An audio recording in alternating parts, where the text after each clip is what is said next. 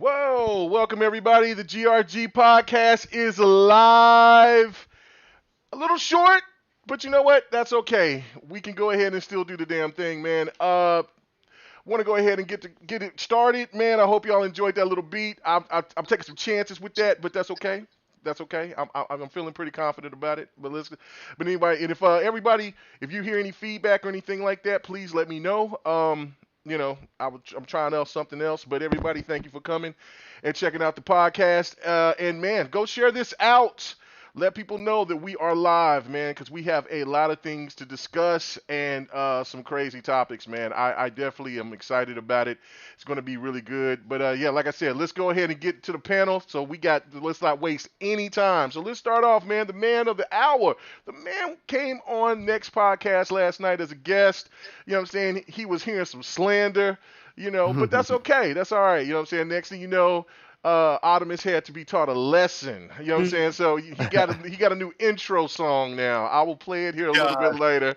But anyway, welcome to our boy, newest member of the GRG podcast, Still Rain. What's up with you, fella? Yes, sir. KMEGA. It is I am he, the one and only Still Rain. And again, man, GRG, it's a Friday night. We got the vibes coming in with the Friday, right? Look. We got some fire topics tonight. Again, the energy is up. We about to get to it. I hope y'all are sitting somewhere comfy, got a cup of coffee, maybe a Mountain Dew. That's what I like. But anyway, y'all stay tuned in and let's get to it. No doubt, no doubt. And then, of course, man, the man over here that's holding on these dollar bills, man. He over here talking about, man, he got a PS5 on deck, but he changed his mind. He's over here slapping his lady friend over there in the face with dollar bills, man, with 50s and 20s, Benjamins. Wow. You know what I'm saying? Future, you know what I'm saying? What the new 20s are gonna be? Harriet Tubmans. He's slapping him with the Tubmans. He said I got these new bills. The Tubmans I got the Tubmans before anybody else. So go ahead, man. What's up with you, Sick Slayer? What's happening, brother? Just got paid. It's Friday night. We're here to talk about these games, man. We got the Three Musketeers of gaming here. Let's get to it.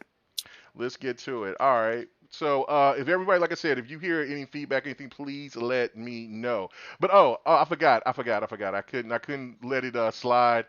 I couldn't let it slide. It was the most popular thing, I think, on the Next Podcast last night. It was Dark Optimus' new intro theme song. So here we go. Y'all want to hear it? Here it is. Oh, hi. Thanks for checking in. I'm still a piece of garbage. There you go, ladies and gentlemen. So Stop being funny. Oh my God. Oh, shout out to Dark Optimus, man. You know what I'm saying? We be going back and forth, but man, I think I got the win for that one. But anyway, what's going on with you? Hynosis, man, Crispy Bomb, thank you for stopping by. Of course, our main man, Sleepy Goblin, and the rest of the team, man. Thank you guys so much for coming through. Oh, I see Pang 911 is in here, man. Thanks for stopping by. Mr. Kima Deck, you know what I'm saying? Thank you guys so much. All right, so let's start off right off the bat, a little something light. The Mortal Kombat trailer. I seen it like 5 times already. I'm about to see it probably another 20 times before it comes on HBO Max. I don't know if they did say it was coming to theaters. I don't remember if they said it was coming to theaters because the only thing I seen was HBO Max, and I was all right, cool. I put the thumbs up. But what did you guys think? I'm going to go straight to you on this one, Slayer. I'm sure that you've seen it. And Definitely. And what did you see the original movie? Oh, bro. Okay. So, okay, let me just jump in right there because you asked the perfect question. I was just about to say, like, not even low key. In hindsight, everybody I think would agree, or many people would agree, not only was the first Mortal Kombat movie pretty great, it was the first truly good video game movie. Definitely. Like, what else was even around at the time? Super Mario Brothers? I mean, there was no competition. Like, if you look at the movie for what it was a great movie. And now this new movie trailer is out looking great too. Looks like they spun around one piece of the mythos. Now I haven't really played the more recent Mortal combats, even though I have them. And I know the one before this most recent one basically retold the whole story all over again anyway. So you would be... You didn't play the last game. Betrayal. The last one, I didn't play the last one. Oh, my Okay. God, come on, bro. What is that, Mortal Kombat X? Or is it 11? No, it's 11. Yeah, Okay, I have 11, I just haven't played it. I own that. So, at least, right? well, okay, because you own it, but you haven't played it yet, brother. Anyway, Okay. my point is, you would know the lore. And the one thing that I noticed is, okay, Jax loses his arms to Sub-Zero in the trailer, right?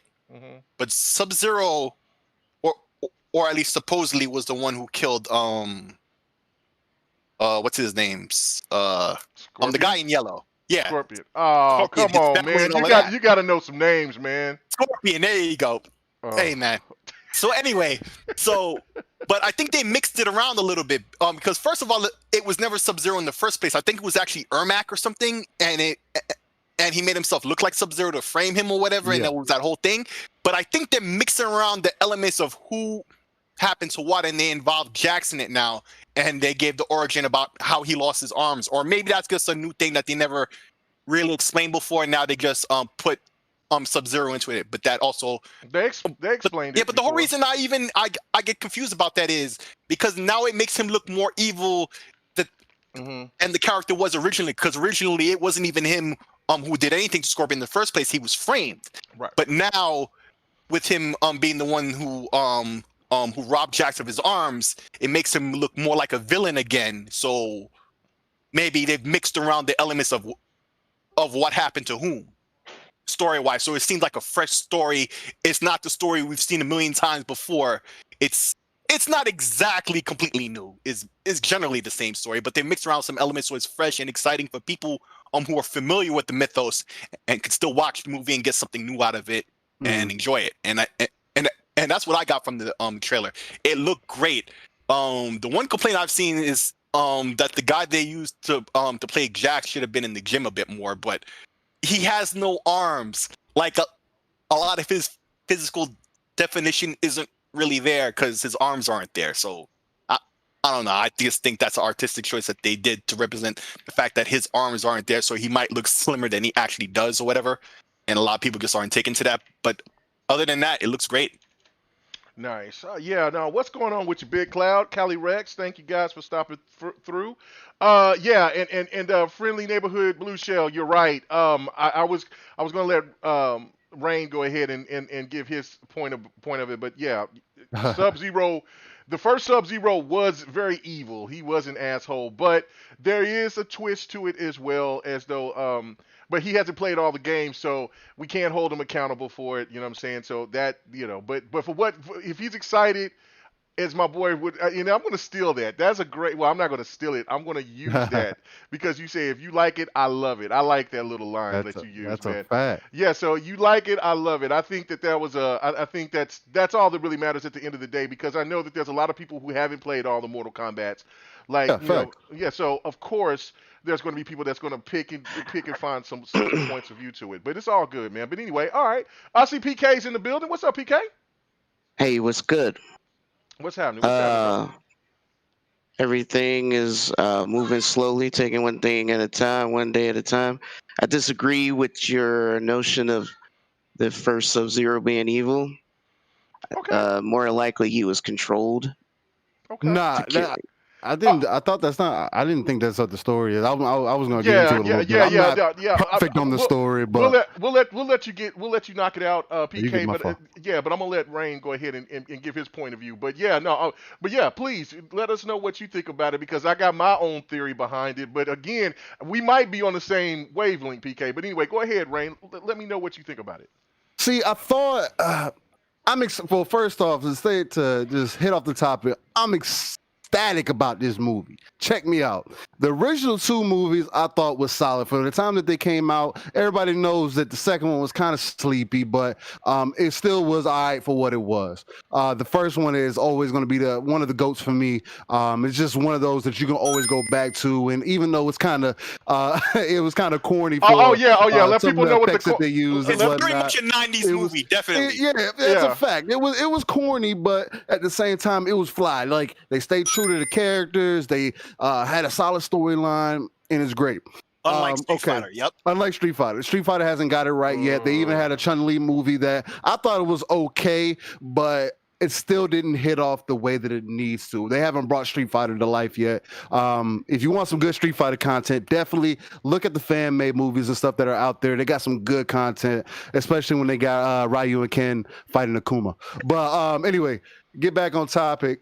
Look, I thought kind of to hit off of what Slayer was saying when he was saying that Sub-Zero taking Jack's arms. I thought Ermac took Jack's arms in the original storyline. Yeah, that's what I thought. I also thought, because you guys were talking about Sub-Zero being evil. Sub-Zero was never evil. He was framed. He was framed by Quan Chi, who appeared to be Sub-Zero, and basically killed he basically killed all the Scorpion people. So Scorpion ran up on Sub-Zero. Sub-Zero was like, "Yo, I don't know what you're talking about. I wasn't even part of that." And he just wasn't, and Scorpion wasn't having that action. He wasn't trying to hear that. So they fought. He ended up dying, and then he comes back and he's seeking revenge for Sub-Zero from that point forward. Right. And then I think Sub-Zero ends up, like, his brother ends up taking over. No, I think he killed Sub-Zero originally, doesn't he? His younger brother takes over after Sub-Zero dies from the first tournament. Okay, yes. So that's what it was. So boom.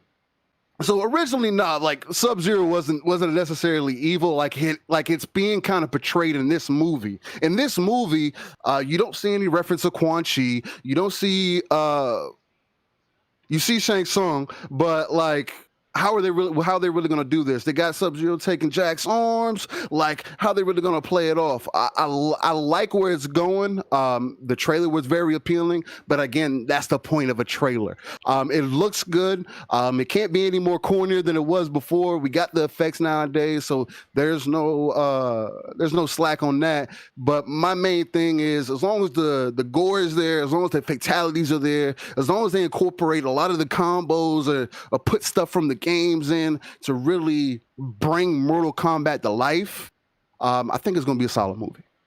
Okay, all right. You know what I'm saying? And for people out here, if you hear Sonic coins, that is my thing. And when people are correct, I will hit them with the Sonic coin. And that just, or I shouldn't say if they're correct. I say if I agree. If KMEGA agrees, instead of me saying, yeah, I'm just gonna hit you with that because I'm totally agreeing with your stance, you know. And of course, if I don't agree with you with what somebody is saying, I'm just gonna hit you with the sound effect. But that'll come later on because I'm sure that there'll be somebody. He's gonna have to get the Mortal Kombat toasty on the thing. You're gonna have to get that with the animation and everything. Oh! I got the toasty. Yeah. Oh, you do? All right, cool. Yeah, it's right there. There you go. Yeah. But no, I was working on that for a lot. I've added even more. I've turned myself into a sound effect monster. But anyway. All right, so PK, let me know what your thoughts about this is, because a lot of people have been confused about the whole situation with Jax losing his arms to Scorpion, and then also the whole thing of like some people just already started playing, just now started playing, like, let's say Mortal Kombat X or Mortal Kombat 11. They see Sub-Zero being something different than what they're seeing in the movie. So go ahead, let us know what your skills are and the knowledge of the MK universe. Well, I just speaking on the trailer. I mean, it's a trailer. Right. They're not going to reveal everything. They want you to get excited and jump on it, kind of like the Godzilla versus Kong. So they're not going to reveal everything. Of course, we're all speculating, but the point is, it's Mortal Kombat. The way the trailer portrays that the original Sub-Zero, Bihan, was the one who took Jax's arms. And at the end of the day, this is their story they want to tell. Okay, they own this IP. They wanted to tell this story this way. We just got to accept it. It may not exactly line up with the game's history, but the point is, it appears that they're trying to build on something bigger than just Mortal Kombat. They're trying to do spin-offs. It appears. It looks like it's forecasting, right? Showing the original Scorpion, which means he can have his own movie, etc. You get what I'm saying? So it looks like they may be building world building more than just trying to reenact whatever the main story was.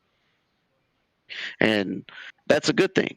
that means we'll have more content coming down, something more to be excited because of, if this hits and this bangs, which I think it will, they're going to get a green light to make more movies and spinoffs going forward, right?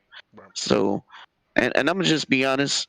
Uh, if you're a '90s kid, this probably hit different for you than it would anybody else younger. That's for sure. You Because think the so? original, yes, because we grew up in the era where Mortal Kombat was the hottest thing ever, Yeah, right? Oh yeah, yeah, Um, yeah. yeah, but not um, as kids, as like teens, like young teens and stuff. the point I'm making is it hits different for us than it would the younger people who only know Mortal Kombat 11. They don't know what it's like to run to the arcades and all that stuff and Street Fighter versus Mortal Kombat, who is better, blah blah blah, and had all these different things going on. And then the movie comes out, and for its time, I still think it's still one of the best video game movies for its time. I still think so. Um, it wasn't as bad as a lot of other video game movies, but I think in this one they definitely trying to set up, instead of just trying to make a cash grab like the other one was. They're trying to do world building. At least that's how it appears to me. So, as far as Sub Zero, yes, he was set up by Quan Chi.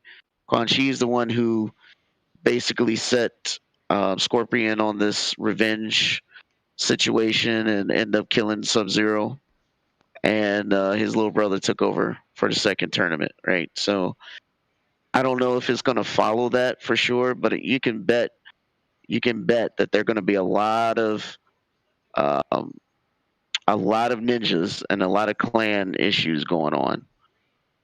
So you best be looking for that.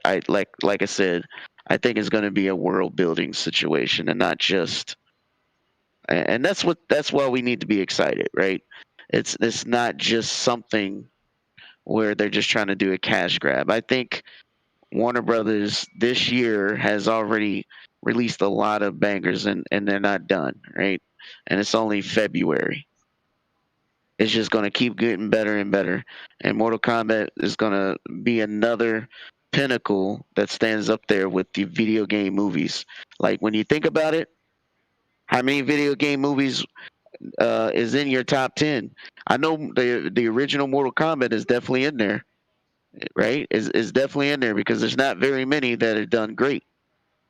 I mean, in recent years we've been having very good ones, and it's not just because of special effects. It's because whoever has been doing the movies actually care about the IPs, right? Oh yeah. I mean, Pokemon, Detective Pikachu, Sonic, those are examples of the people in control actually sticking to the source material who was trying to bring to life, not doing a Bayformers type thing, but actually trying to do something different to get people to last and care, who want to see more, right, and get excited. So Mortal Kombat is definitely appears by the uh, trailer that's exactly where they're going. They want us all not just to give us '90s kids something to root for, but all the newcomers that never even got to experience the excitement, right? I mean, think about it. Mortal Kombat had a good ass soundtrack. Remember? As soon as you heard that Mortal Kombat, and you hear that little beat come on, you guys don't Yeah, remember? it Okay. was Oh no, comparatively I more remember. Yeah, successful no, no, than the no. movie in I the know music exactly. industry. Yeah, We're just letting you talk. Yeah, no, No, no. absolutely. Yeah, yeah. I'm looking for a yeah. cosign, and you guys are not Oh, oh, co-signing oh, oh, me. oh, oh, my bad, my Oh, you bad, my got bad, that. my You bad, my got bad, that my from us. bad, I my feel. bad, my bad. No, I got you. I'm sorry, my bad, my bad. No, you're good. So I think it's gonna be amazing. Good for them. The way they and then another thing I want to point out is the way they did the trailer is they gave us so many breadcrumbs, and then once they did the trailer, they did it in a way where it's confusion. You don't know what's going to happen and how they're going to fit all this into a maybe a 2 hour movie, No, right? I agree. Because they got all these aspects running around, right? You got the original Scorpion. What does that mean? You got the new Scorpion. You got the old Sub Zero. You got uh, people talking about what happened to Jax. So that's like something that happened, but it's not now, or you know. And then I want to point out this: some some journalist decided to cast crap on the trailer. Yeah. Talking about, yeah, there's no Chun-Li, so they messed up. And I'm later like, on, when they're what? caught, it was like, oh, it was a joke. Yeah, right. It wasn't a fucking joke. No. it wasn't no joke. He wasn't joking. He wasn't joking. Yeah. No, Yeah, but there's, I think, a comment or whatever. It was a when they were she, saying, but oh, yeah. I was, she was joking. No, she Oh, just didn't know what the lady. fuck was talking about. Yeah, and was she just didn't trying to know. come on for money. For She clicks. even called out spinning bird kick, talking about she remember spinning bird kick kicking people's heads off. Like, what? Who allowed you to write this? Whose man's in this is this? Or chick? Whose bitch is this? Like, fuck. It was pretty bad. Very embarrassing. Oh my God! Are you kidding me? Because I didn't read it. I just read the part where Yes. people showed on Twitter, She and I went was into like, detail and I as if didn't she know if it was had a man or woman. experience. Oh my Yo, that's God. a case. Yo, that's a textbook example of what everybody's talking about with the gaming press, right? That was another point that I was write going to all bring these into crazy this. articles. Yes. Yeah, Yeah. like they don't even know what they're talking about. And here's one who really didn't know what they're talking about. She barely knows Chun-Li, and that's probably when she was playing with her boyfriend or brother or whatever. I bet you this person isn't even a gamer at all, because no actual gamer, even if you play for like an hour a day, would get that confused at all.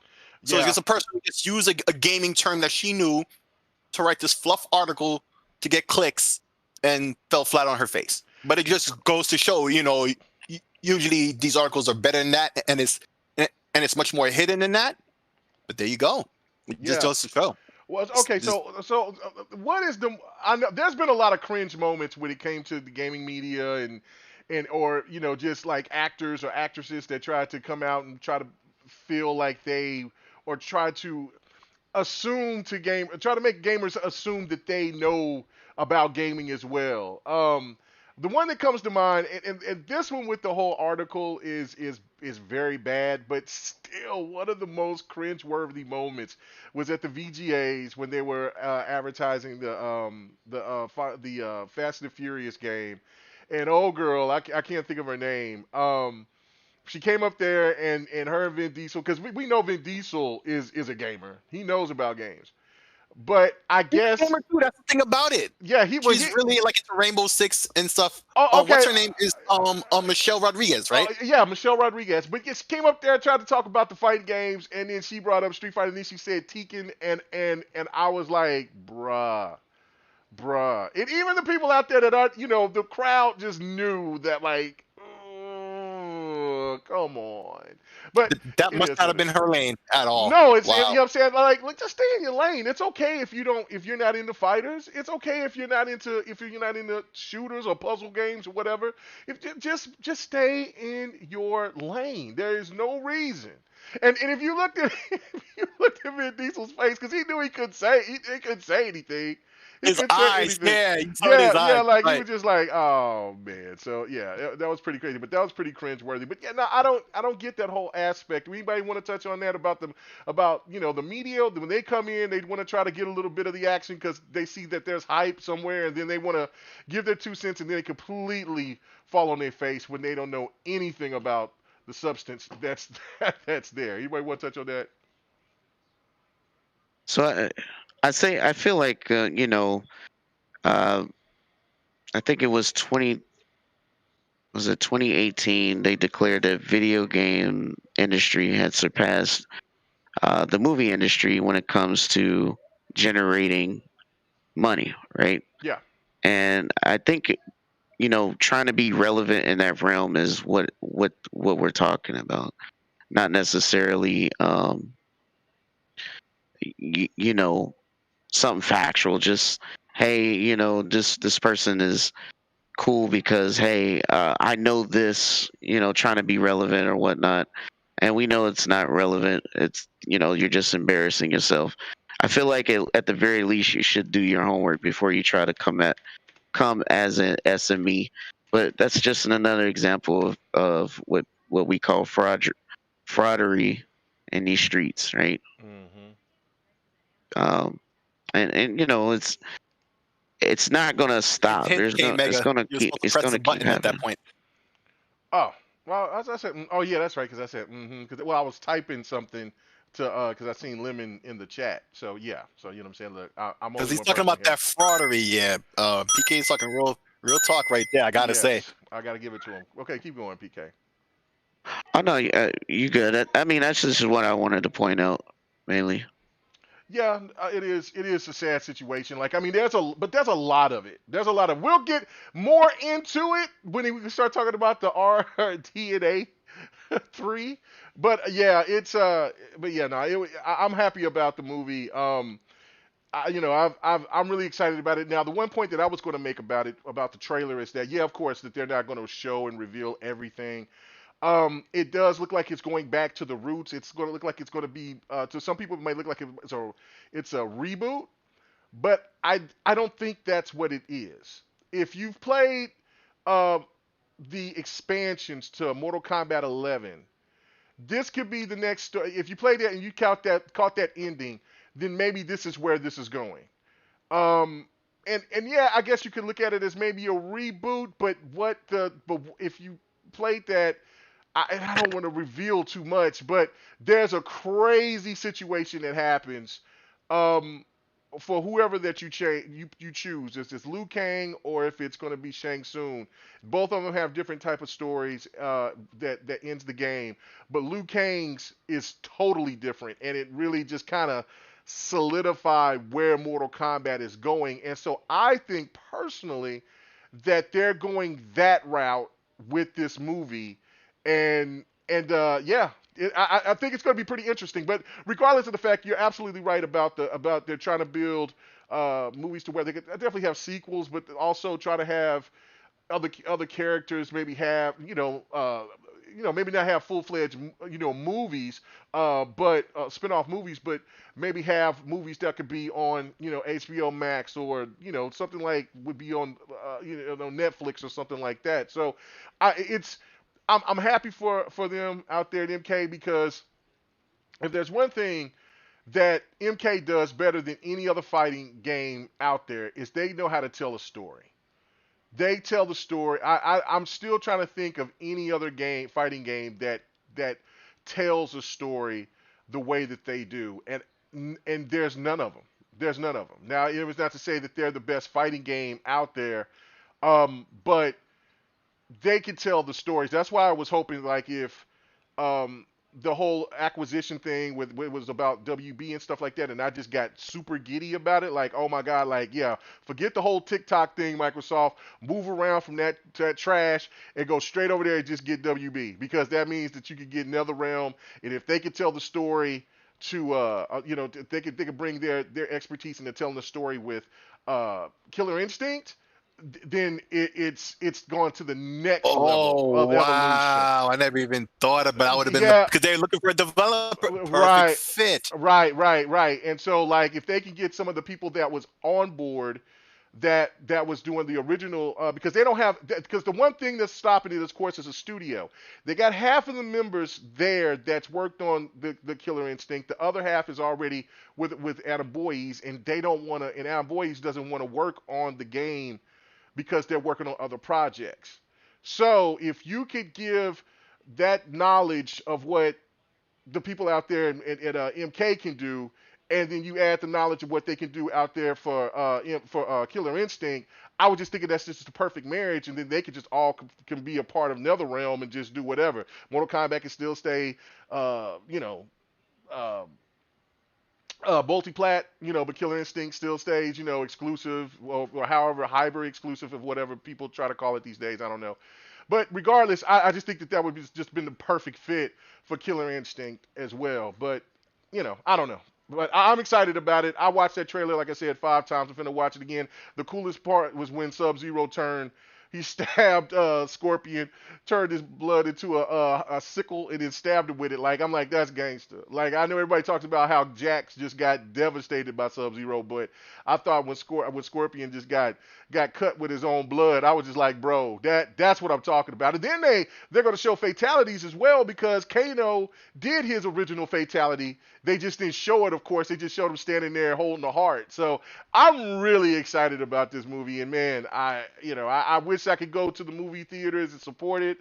But yeah, HBO Max, here I come. Here I come, baby. I am going to be there without a problem. So, do anybody else want to say anything on this before we move on to the next topic?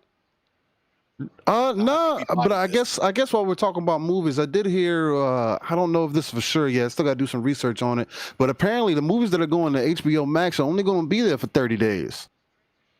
The movie's only going to be there for 30 days? Yeah, for the new movies that are dropping, that they're dropping in HBO Max are only going to be there for 30 days apparently, and then they're going strictly to the movie theaters. Well, they're there streaming until the what it says is this. I'm actually on HBO Max right now. I'll tell you Well, what it the says. reason I bring it up is I just wanted to see if anybody else heard something similar to it or had anything to really comment on that part of it. So I think they're doing a good job. It says so like right now, Judas and the Black Messiah. It Mhm. says in theaters and HBO Max streaming through March 14th. So whenever it drops in the movies, it will be streaming on the platform for the 30 days, initial 30 days. Okay, yeah. See, okay. All right, Yeah. excellent. Okay, good stuff, man. Good stuff. Thank you for letting us know. Well, I'm definitely going to be watching that. And that's another movie that I need to check out. Is that movie about the Black Panthers and that guy that was the informant for the FBI? That It is definitely, Black History Month, so you need to get yeah. on it. You I got to get I definitely. I definitely need to check that movie out. That movie looks awesome. So all right, hey, our main man, Sir X Man, thank you in the chat. He said, support the local GRG. Let's get a share, a like, everyone. I repeat, let's go. Thank you. There you go. Thank you, bro. Hey. Don't be playing shaming, man. Don't be playing shaming, man, up in here. Well, what's going on, man? What's going on? What's happening here? What? I can't do that. I can't show support. All right, hold on. Yeah, you can show support. How about this? Okay. Give me your fucking money! Is that better?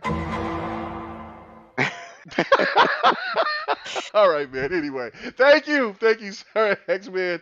I really do appreciate it, man. All right, so What did he say? Did he curse at you? What did he say? I'll let you let's pay attention. Yes. Give me your fucking money! You're fucking and it clipped. I don't know. Yeah. So all right. It's Anyway, hilarious. yes. All right. So let's get to it. Second topic. The FPS boost. What is it? And how useful will it be for backwards compatible games? I was trying to watch a little bit of it. Sleepy Goblin said that little kid. Oh Ooh. man. Yobi's right. What you say?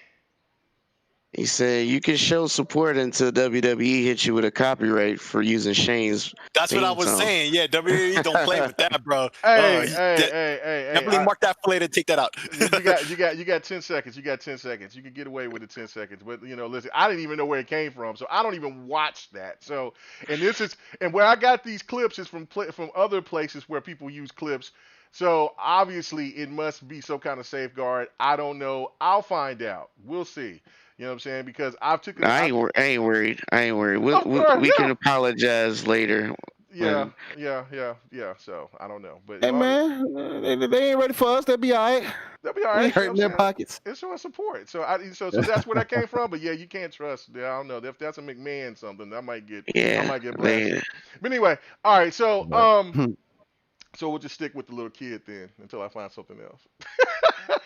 So all right. So okay. So the FPS boost. Okay, I was watching a little bit about it on the Larry Herb show, but then I didn't finish it because right in the beginning of the show they were talking about Haven, and I downloaded Haven, but I didn't get a chance to really play it. I was just like, it looked interesting, but then they played that intro to it, and I'm like, oh, that's slapping. Yeah, that intro had me. That intro was slapping. So I was like, I gotta. So I caught myself playing it, and I was like, oh, this game is pretty chill. It's not, over the top or anything like that. It's beautiful, but it's just a chill. So far for what I've played, and so I got myself caught up into that, so I didn't even get to finish and listen to what the gentleman was talking about. I do have an idea of what they're doing with it, but I know the panel has already did their homework, so I'm going to go to PK on this one first. So give us a little information about what this is and how significant it is for what Xbox is doing with the backward compatible games by boosting up these these older titles. So I know some people watch Digital Foundry, but they didn't give the entire story. So they mentioned that they're doing this on a D3D level. I know that sounds like a technical term, but it's actually just short for Direct 3D, which is actually DirectX Ultimate. Mm-hmm. So the thing is, what it does is it basically is pushing the data through with no modification to the code or no modification to um, any any of the game, right? It's just this is all hardware using DirectX 11, which is basically a API to feed the CPU, allowing the CPU to feed the GPU at a faster rate without like DirectX 11, you had to wait for each core to kind of catch up with the processes. So this API allows this process to happen super fast. So this, in my mind, this speaks to the testament of how they built the machine. They built the machine in mind and mindset of this is just the beginning, right? This quote unquote boost mode is just the beginning. They're tricking the games and thinking that they're running fine, but they accelerating the images using the API and the hardware that is built in. It's really amazing that they're doing this, and it also speaks to what's to come, right? This is just the surface. Um, the whole point of the hardware is so that it has the room to boast these kind of things for as RDNA 2, direct storage, Microsoft's direct storage technology, of course, DirectX 11, DirectX 12 Ultimate, um, and I know we're going to talk about SAM, or what the people call they done jumped on this on AMD's buzzword, what they call Infinity Cache, which is just is short for SAM, or System Access Memory. But all that is built into this machine hardware wise. So it's flexing a little bit, but honestly, it's not doing anything power wise. That is just built in, flexing with the architecture and how it talks from the CPU to the GPU. SAM can be enabled on all machines with the same architecture, and it's not an AMD exclusive technique. It's not a hardware thing, it's a technique, and it can be employed on the newer NVIDIA and Intel combinations. So it doesn't matter. The point is, it speaks to the hardware and what it's capable of. Can Sony do something like that? It's possible, because DirectX Ultimate is now open open source now, thanks to Microsoft. So it's possible. Will they do it? I don't think so, because they're using their own custom hardware, and it may not be compatible with DirectX 12. Though I will say this, that doesn't mean that their mid-grade upgrade won't be. They damn sure are That making a newer that's system yeah. that will be fully RDNA 2 with all of the architecture features. Now, do you think But that it's going to be coming out earlier than what people are expecting? Because normally we see mid refreshes around 5 6 years. Um, do you think there's going to be maybe in about two more years or so? so, I mean, the pandemic, it could be anything. Mm-hmm. All I know is Microsoft is not tripping. They waited for a reason. They wanted to make sure all these features are in there. Um, uh, the, you know, are they running the true Ryzen 3? It's more like a custom Ryzen 2, Ryzen 3, so it's not full Ryzen 3. But but the CPU is more than capable of doing what it needs to do for the next 7 8 years, right? As far as this PlayStation, a lot of the techniques can be applied because they have the architecture of AMD's APU, but because the hardware is limiting, they can't do it. If that makes sense. Right. Yeah. Software wise, it can't. So I'll give you an example. And on the fat PS4, which is what I got, the Sony claimed to have enabled HDR on their games. That's technically impossible Right. to do on HDMI 1.2 or 1.4 is impossible. You need something higher than that. You need at least 2.0 because the bandwidth don't exist and you just can't do it. So what they did was they used software to um, simulate it. Mm. So is That it sounds just like the HDR? I VRS thing mean, they've been talking about lately. It's no well, different than what you see on the newer televisions when they have that auto HDR or that it's not true HDR. It's just for like, well, I should say newer television. Well, yeah, like Look who hopped in just in time. well, yeah, I would say that's a little different. But the point is, there I see Sony trying to simulate the similar things, but they don't have the hardware to. So the Xbox's APU is 100% RDNA2. This is verified by the Xbox engineers. Okay, it yeah, does have accelerated ray tracing CUs built inside. Again, we won't see the true benefit of none of this technology until all of the features are implemented, which they're not. The hardware is ready. They just need the APIs to go with it, right? And that's what I'm saying. So this boost is basically flexing what DirectX Ultimate can do. This is how much of an advanced technology API this is.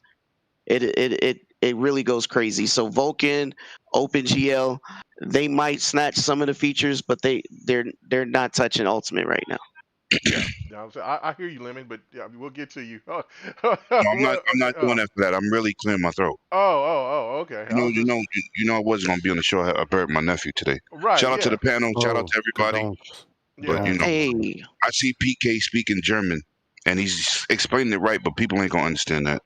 So well, basically, just put it this way: this boost is a tip of what the technology that is sitting in this console. Okay, it is the hardware with the software being able to facilitate what this thing can do without devs touching it. Think about that. Without devs even touching or changing any of the code in their games, they're able to make these games run and perform better. Now, they're not, of course, people are like, well, why is the resolution not changed? Because it's not the GPU we're dealing with. We're just dealing with the API that's facilitating data running from the CPU to the GPU, and that's what we're doing. We're not talking about GPU. That's the resolution. That's a whole nother segment. Just alone, this is what it does, and that's what I need you guys to think about. Kind of suck that in. Think about that. okay, all right. Well, Lemon, since you here, man, you know what I'm saying? Like so I told you, condolences. I know we talked a couple of times. I didn't know if you was going to come on, if you wasn't. So I just kind of left it at that. But but yeah, no, my condolences on uh Appreciate on what you're doing, man. On your family and stuff like that. I totally get it. I felt the same way when I had to bury my uncle. But it is one of those things, man. Yeah, it sucks. It sucks. It sucks. It's especially when they're young. When people are young, man. It really is. It's really a tragic situation. But man, go ahead, man. I'll let you go ahead and say what you want to say about this, man. You know, I, I don't know. I personally, I know that this is. They've already gave a little list of a couple of games. But they're going to make it. They're talking. A lot of people are just talking about the older games. That's like the BC. But they're going to add these boosts to newer games. On that list, they have Watch Dogs 2. They have Sniper 4. They have What was Fallout. huh? Fallout. What did you say? Fallout. Super Lucky Tales. Oh And yeah, the yeah, new. yeah, oh yeah. Super Lucky Tale and Fallout. I didn't know what you was. I thought you said hold up. Okay, yeah, so yeah, Fallout and Super Lucky's Tales. That was the games that was on the list right there.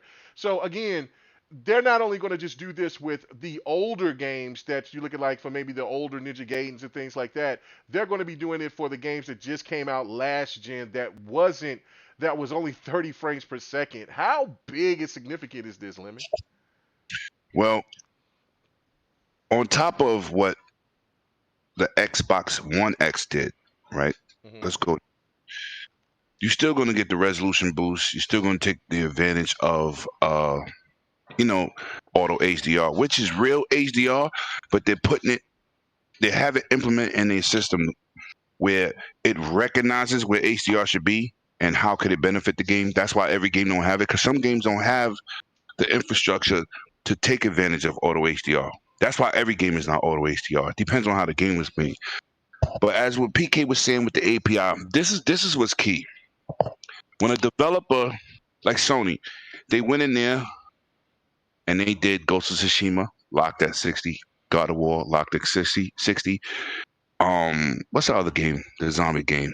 Days Gone, locked at 60, right? But the developer had to do it on their end. They had to go in there, redo the code, which takes more time, which takes more testing. The big thing about this situation, right? Everybody keep yelling secret sauce. And Digital Foundry, they keep dropping the ball. They're anticipating what a system can do, and then they give out their opinions. And people will take opinions from Digital Foundry and turn it into fact, right? They're not engineers. They didn't know what the X was capable of, because they still was figuring out how Forza Motorsport 7 could do 4K HDR and look the way it looked. Obviously. They also claimed what is the last thing they claimed? Oh, the Xbox Series S will never do ray tracing. That's another foot in the ass. First of all, Microsoft's secret sauce is the truth. Y'all want to call it secret sauce? They want to call it velocity architecture. Them and AMD was a partnership on their GPU. AMD didn't just make it by themselves. People keep forgetting Microsoft made it with them. Whereas Sony said, oh, we want something with RDNA and make our GPU, and you got the 9.2 boosted to 10.3 with 1.5 RDNA. They didn't invest them the same amount of money. So now, like PK alluded to, we're going to see more benefits in the longer run with a Series X because there was more development put into it and more thought. Now, with this, what they're doing here is on the console level. You don't have to get the developer to say, well, we're going to take the game code and redo it. We already know the backwards compatibility program. For people out there that got Game Pass, I want y'all to check out Indiana Jones. This game is so clean and sharp. From an OG Xbox standpoint, this secret sauce really started from Xbox One X. So seeing what they're doing is amazing to us because the developer don't got to do nothing. They say, oh, we can get this game from 60 frames to 120 to 30 to 60, and just we're going to give it back to you and see what the code that we use in the system. Your system is doing it. Long as it's not changed from what the developer intended, they can release these games. That's what's amazing. The developer don't have to do no research and development. They don't got to invest no time into focusing on making these games be compatible to this gen. Microsoft is doing it for them. So what you're saying is that even though the companies themselves can make parity to make these games be parity, make a parity for the games to where there won't be no advantages either way. Microsoft just got their team out there to say, look, no, we're going to show what this console can do, Mm-hmm. so there won't be any parity, because Mm-hmm. we're going to make sure that we're going to make sure that show you the power of what this console can bring.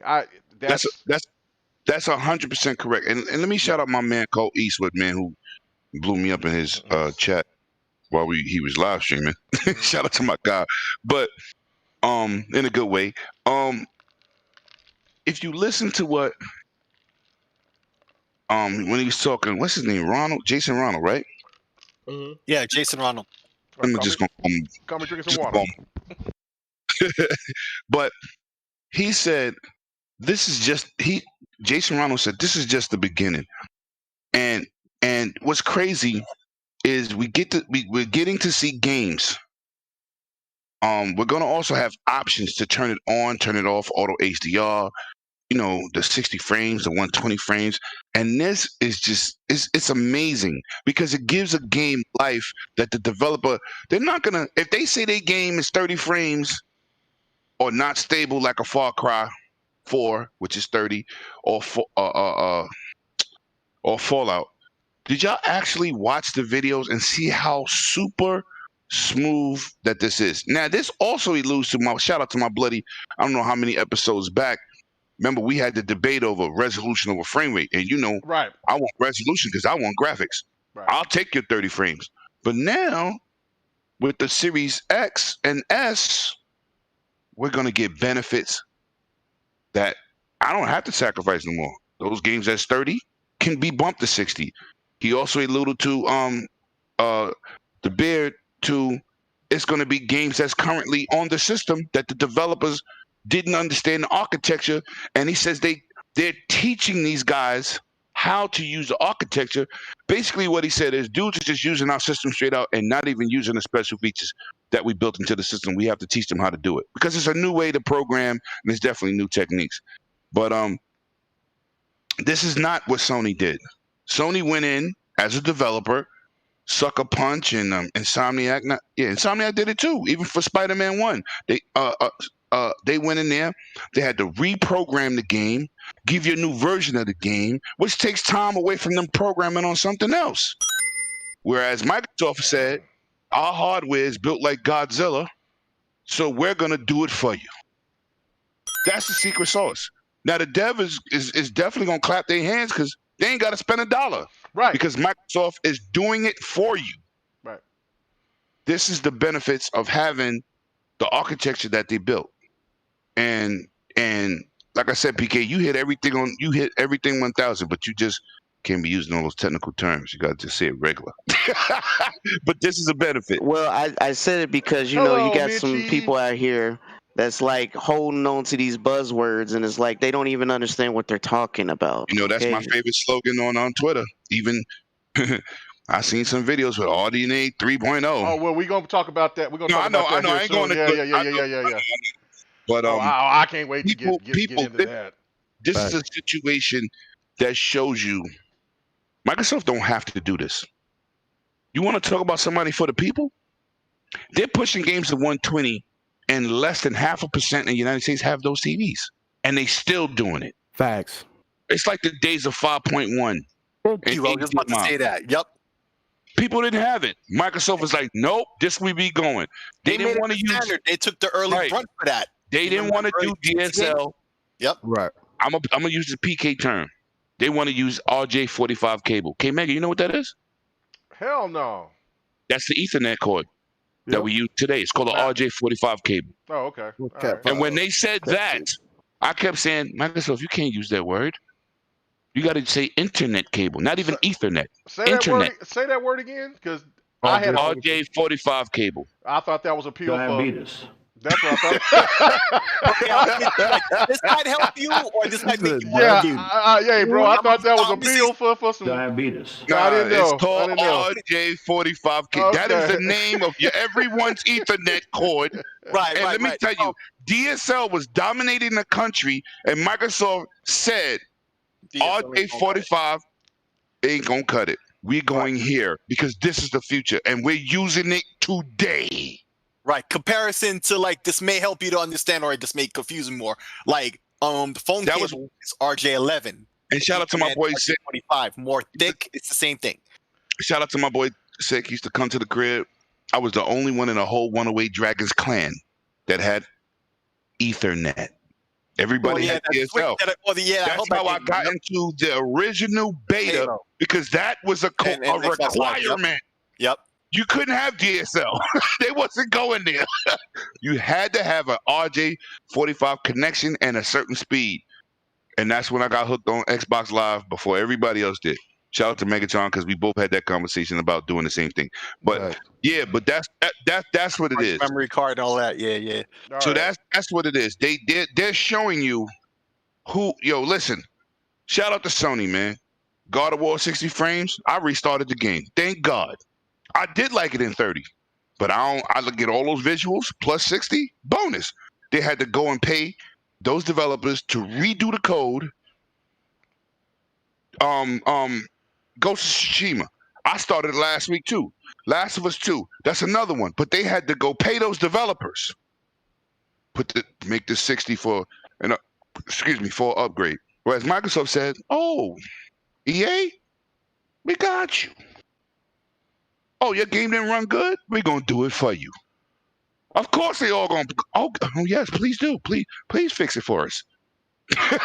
So it's showing you who's really ahead of the eight ball, who's gonna really show we here for the gamers. Because they ain't nothing but benefits. They're already giving you people keep overlooking, PlayStation just did a frame rate boost. Yeah, but they also had the resolution in auto HDR. Now they're adding frame rates on their own. So that's 3 strikes versus 1. Or 3 checkboxes. So it's bigger than what everybody keep looking at. I keep looking at dudes. Oh, remember, PlayStation did it with the Sucker Punch game. Days Gone. Yeah, but the developer had to get a chunk of change for that to do that, and Microsoft is doing it for the developer, and it's a no-brainer. And they're not doing it for the developer; they're doing it for us. No doubt. That's what. That's a fact. Let me go ahead and go to Steel Rain, man. That was a great point because I mean that you broke that down so well. I mean, you know what I'm saying, and you probably took some of Steel Rain and Slayer's energy, but that's okay because I know that they're going to have their own little twist to it. But I just saw PK hitting everybody. I was in the shower listening to you dudes on my Beats XL. Like, nah, you came in when on the TV talk. That's what I thought. To be frank, no. I was in the chat. I always support my team. What I'm saying is, I was in the shower and I had my Beast Pill popping on, connected to my cell phone, and I see PK hitting everybody with these haymakers, which is facts. I said, "Nah, you gotta reel that in and speak English." I thought you said you was in the shower and you needed some help. Help me! If Me! Okay, you do that to me ever again, ever. I'm out. Oh man, all right. But all right, look, ahead, man. PK and 108 basically hit it out the park, man. I mean, 108 basically broke it down for you in simpler terms. Again, to break it down even simpler, bruh, look, inside of your series console, you have built-in hardware, built-in software, built-in tech that is going to last you at least the next 8 years. That is the way that Xbox set it up because they wanted to demonstrate that they can make a powerful console. They set it up so that you, as the player, can have more, and I'm not gonna say do not, but will have more access to games over time. See, the problem that we had before was, we get into these next generations, and the game that you were playing 5 years ago is completely irrelevant. Now, what they're doing, especially when you got these multiplayer games and whatnot, you move on to the next iteration or whatever the case might be, and typically you only get a few minor improvements here and there, and maybe you want to go back to the last game. Maybe that wasn't a move before. Now what they're saying is that, boom, what we're doing is, like 108 kind of went in on, is that they're telling the developers, man, look, if we need to teach you how to use these systems, then cool. But look, we're trying to make it easier for you. Whatever you need to do to make your game focus on that. We've made this console to allow you to be as creative as you needed to be within these specifications. And to be completely honest, whether it's the Series S or the Series X, you're walking into the next 10 years of gaming. So the ability of this whole frame boost phenom, as we can call it right now, because that's what it is. Unless you're on PC, you're not going to get this type of tech right now. Not at that, especially not at that price point. It's not happening. So, with that being said, being able to go back and take 30 FPS games with no additional help and doubling them to 60 or to 120, it's a great thing. Again, I like to preach the access, bro. Like, at the end of the day, you cannot complain about getting more access. And that's what Xbox is doing. Y'all keep talking about games. You keep talking about who doesn't have what. And we can go back and forth on both sides with this. You have to see that Microsoft has said and is putting their stake in the ground continuously by saying, look, we're good at making services. We're good at building things in and they be extremely dependable. So that's what we're going to focus on doing. Brian, I got one question for you. You made 500 great points. But let me tell you something. People talk about old games don't matter, all this crap, right? How many remasters Sony put out? Get him!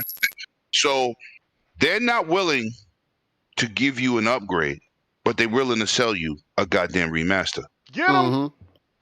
That's a fact. Get him! Number two, all these visuals upgrades. We got a huge one coming. Yo, Lemon, save some for the fishes, bro. No. Listen. No. Listen. Because when we get to, this is kind of going to start tying into the next topic, which is the RDNA 3. So I mean, there's going to be a lot of this going. Let's get started. Let's get started right now. Let's go. Let's go. I'm ready. I'm ready. I'm so ready. You know. This is the energy. This is the energy that people need for these. I don't like the curse for these F boys. I'm gonna say that. Thanks. We get out here. I don't know about everybody else. I got 757 games. I got a back catalog of death. Facts. Right? And if I can get any visual upgrade to make me go back to that game to bring it up to date, I'm doing that. I don't care what console. I don't care what it is. Mass Effect, my favorite series. The only reason I'm not buying that triple-headed Ghidorah beast is because I beat each one of them games 3 times. Especially the last one to get multiple endings. That's the RPG that put Japan in the blender. Okay. But how long ago did you play that one away? Just to quickly interrupt you because I want to make a quick point while you going ham right now. No, years. How long ago did you play that? How long did you play that? Guess what? Let me let y'all in a secret. I haven't touched Mass Effect, and I wouldn't go back to it now because I know that it doesn't look that great, and I know, and from all the flack that I've been hearing about the first game, it's going to be hard to jump back into. I understand to a certain extent, but they're dropping a remaster, and you see. Shout out to my Game Pass supporter from hell, my man King David. Facts. EA plays part of Game Pass, right? No, that's a fact. So in a couple months, it'll be in there. I don't got to make the purchase. Exactly. Okay. Boom. See? Exactly. So I won't be making that day one purchase because I'm already invested in the series. But what I'm saying is, this is the situation where people do not recognize Microsoft's accolades. It's like the dude on the team. Michael Jordan's the greatest MFer that ever played the game. Kobe. But no. That was the moment of silence. Now. Yeah, hush your mouth. Wait.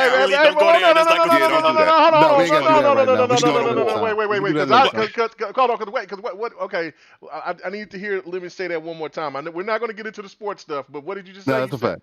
Michael Jordan's the greatest player that ever touched the basketball. And it's just not about his talent on the court.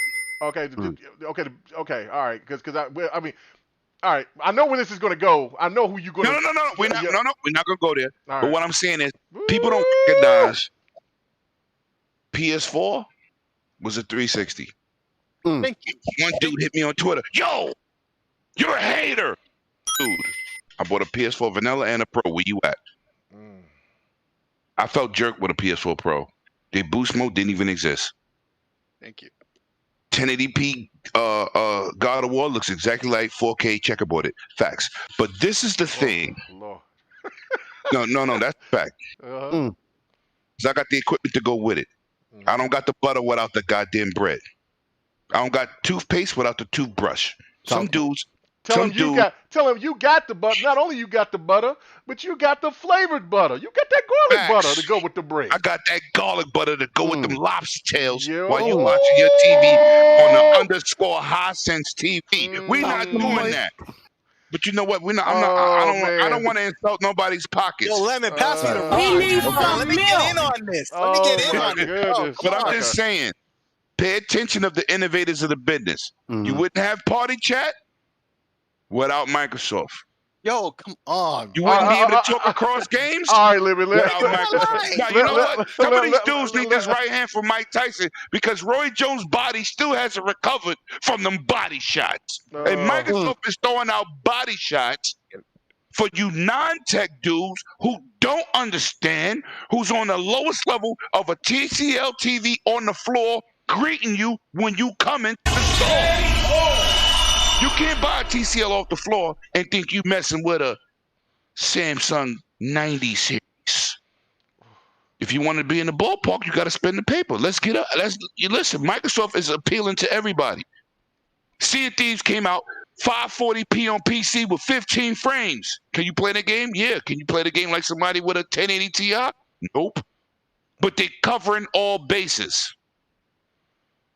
They are the innovators of the business. Nintendo haven't innovated since the goddamn GameCube.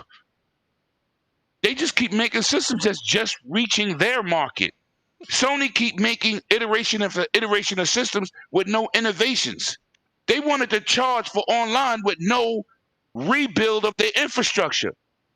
But they're looking at Microsoft money. Oh, they're making this on live because they're charging $60. PS4, they said we're charging $60 too. So where'd you improve the service?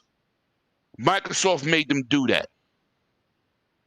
People don't understand. They don't hate Microsoft for being an Xbox system. No. They hate Microsoft because they control 99% of the computers on the planet. It's easy to hate the king. LeBron is a great dude. Everybody hate him. Media-wise. Not socially. Media-wise. It's easy to hate. They hated Michael Jordan on the first three-peat. That's a fact. Until he left and they lost $1 billion to the economy. Second three-peat, he's King Jesus. Can't do no wrong. That's a fact. All right, you know I'm a big. No, I'm just saying. Yeah, I know, Microsoft's the same way, and they for the people. My bad, Slayer. Let me throw my boy this alley-oop. Finish it, Zion Williams. Let's go. Dunk it. Let me tell you something, man. my Yo, this is over 20 years in the making as soon as Xbox hit the stage. Everybody knew because people were talking about it back then, and I remember very well. And this is before, folks started modding Xboxes because everybody saw that coming. I still got mine. I still have mine right here. And here's what everybody said. Yo, this is just practice for Microsoft. Wait till that next Xbox and the one after that comes out. And lo, these 20 years later, you see what they're talking about. They have a platform. It's the same one that's on Windows, okay? That they've worked on for longer than some people who's listening to my voice right now have been alive, okay? That's how long they've developed this platform. That's powered by DirectX. Okay, we're on DirectX 12 Ultimate. 12 Ultimate. No, DirectX Ultimate. No 12. Yeah. DirectX Ultimate. Read again. 12 Ultimate. Whatever. This is a long line, a lineage that's way more than even 20 years, okay? Mm-hmm. When you see on a PC, you can play your older titles that they still sell on a modern machine. You don't have to upgrade the software or whatever. It just works. There's a lot of these older games now, you run them on a Series X or Series S, there's performance left on the table. And if you see what the PC heads do. They have all these mods. When they say mods, you might think of, oh, they changed the characters to put on skimpy clothing or whatever. No, we're talking about to add features that weren't implemented into the game, like HDR, like new textures, okay? Like more animation, more frame rate. More frame rate, redubbing the game to put back in, maybe it was an RPG where they took out the original Japanese or whatever the original language was. But sick, what's that? Ain't that called open source? Open source, right? There you go. Oh, okay. They leverage all these things. Okay, when developers, these backwards compatible developers came up with this technique. Okay, it wasn't hard to get the game running. They've already done that. I see you, Don. I see you. Don't look. They already did that. But there's like apps, like for example on PC, it's called Special K. Okay, that does a lot of these features on PC with the auto HDR, with the injecting into Direct 3D to increase the frame rate. But the game title doesn't know anything about that. There are many games, like for example, it might have been either Diablo 1 or Diablo 2, or was it Warcraft 3? I think one of those 3 games. Okay, they lost the source code. They had to break down the game to get the source code back to make the ports that you're seeing nowadays. Okay, and that's a fight you have to go through, because these game developers, up until more recently, weren't keeping their source code. They weren't keeping the things that they used to make the game. All they have is the final release of the game. And well, hold on. That's okay. Let me tap into your point. What was that game remade from the OG Xbox? They had the magic and the cards, and they put it on Xbox One X, and they couldn't find a source code, and had to fill in the gap with fillers. I forget the name, but I know the game you're talking something, about. right? Yes. Come on, fellas, help me out here. Yeah, it's some kind of card. It's a Japanese game. They didn't have absolutely no source code. They redid it. It had magic. Phantom something? It was Phantom something? Phantom Soul. The game that they thought it in, and nobody Phantom hasn't seen it. Phantom Dust. Phantom Dust. Phantom Dust. Thank you, KMEGA. Yeah. Thank you, Sick. That's a prime example of what my boy talking about. When dudes couldn't find a source code, and Microsoft do the fillers, and then it ended up looking better than the original by 500 times. Yeah. They just emulate. This is like a lot of stuff you see in emulation technology. Like, that's right. That was on Xbox One X. Right. Okay, so this is what I'm saying about. And they gave it away for free with online support. Yeah, and the game ran well. Yeah, and it was all 60 frames. Yeah, the game ran well. Like, I mean, it what wasn't my boys the alluding prettiest game. to. It wasn't the prettiest game, but it was an OG. It was an OG game, like you said. It had no, and that was the whole thing, because everybody was excited about the prospect of them bringing that game back, because as a reboot, or we saw that E3. We saw that E3. Yeah, and I was like, I haven't seen that game in forever. They were just able to emulate, because they're able to emulate the hardware that it's on. But now they've already taken care of that since the 360. Like, there's a lineage that's even in the Xbox One had some of the sauce of like what the GPU of the 360 did was, certain formats and stuff. So it's compatible with those formats, even though they don't use it in the current Xboxes. So the lineage continues on, the compatibility of formats and form and function that they may not use in a modern system, but was in the old system, and they still have that compatibility. So the games continue to work. If they don't got the source code, if they had lost everything, or if there was an earthquake or fire or whatever, and they lost it, and all they have is the release. Did you say earthquake and the source code just fell into a crevice? No. I'm thinking about Japan and the earthquake that caused the flood, and gotcha. That makes more sense. A lot of offices from Sega and Konami where they lost stuff that they really did have archived very well. Like, they had the source code on floppy disk where they wrote it very neatly and all of that. Like, there was this arcade Outrun has a glitch in the music that has been known for years. And it's in the game ROM. Apparently, when they compiled the game, there was a glitch and they got in the final game. But they went back and the floppy disk, found the original floppy disk that they kept the source code on, this big, giant 8-inch floppy disk.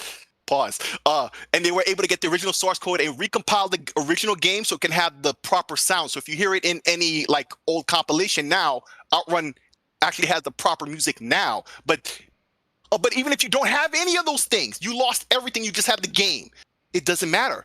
As long as it can run on the Xbox, they could do certain things. The Xbox, for a lot of these older gen games, when you're talking about you're paying for remakes and remasters. Look at last gen when they re-released Saints Row 3 and 4. All they did was make the game run at a higher resolution. When they did the Vanquish and what was their other game, Bayonetta, okay? And everybody was like, okay, why wasn't that just on backwards compatibility? It would have been better than the crap they sold us. Well, there you go. Like not everything needs to be remade, but it's more about time. So the gap between the technology and the art and the vision of the title, and there's been time enough. Okay, now you could do with a new vision, like what they're doing with Final Fantasy VII Remake.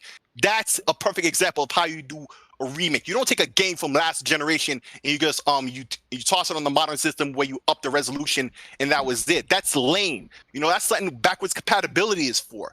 But and as the panel has spoken about, you got Sony and others who just trying to sell you the same old thing for not $60 now, $70. And they'll say, oh, we added all of this. Like, no, they're not doing too much to Mass Effect 2 or 3.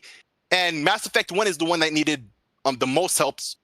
But even there's a perfect example. Some of the DLC, I think for some kind of station or whatever, it starts with a P, principal station, something like that. They've lost the source code for. It's not going to be in that compilation. They can't bring that back. So they could do a backwards compatibility thing, but they've decided to remake and recode that first game at least because it needs the help. So there's that, right? It's not going to work. So there you go. But it just goes to show, Microsoft is a company that's had an operating system and an API that's unmatched by anything. Not by Vulkan, okay? That only just got ray tracing support. Not by SDL, which is basically the open source equivalent of DirectX. They don't match up to DirectX. They just don't. So when you have a platform that's leading and you have hardware that's more powerful than you need for these older titles, you have lots of power left over to do whatever wish you want. Is either increase the resolution, the frame rate, or add HDR, or do all three and more. Like we gotta move on to the next topic, man. I did this is because I really wanted to get into this, and then I also definitely want to get into the last. We might skip 5, but I definitely want to talk about 6. So let's talk about the RDNA 3 debacle. Now, and so this is the thing. I'm gonna start off with you, Don, because I know that you're gonna be diplomatic about it. I don't think anybody else will be. Okay. Yeah.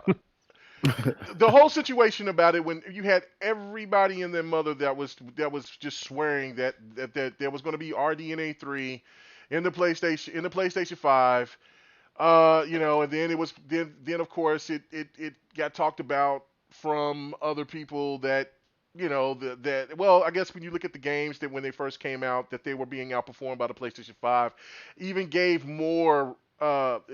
People got more aggressive and they were on a stance about the PlayStation, the SSDs make things more powerful.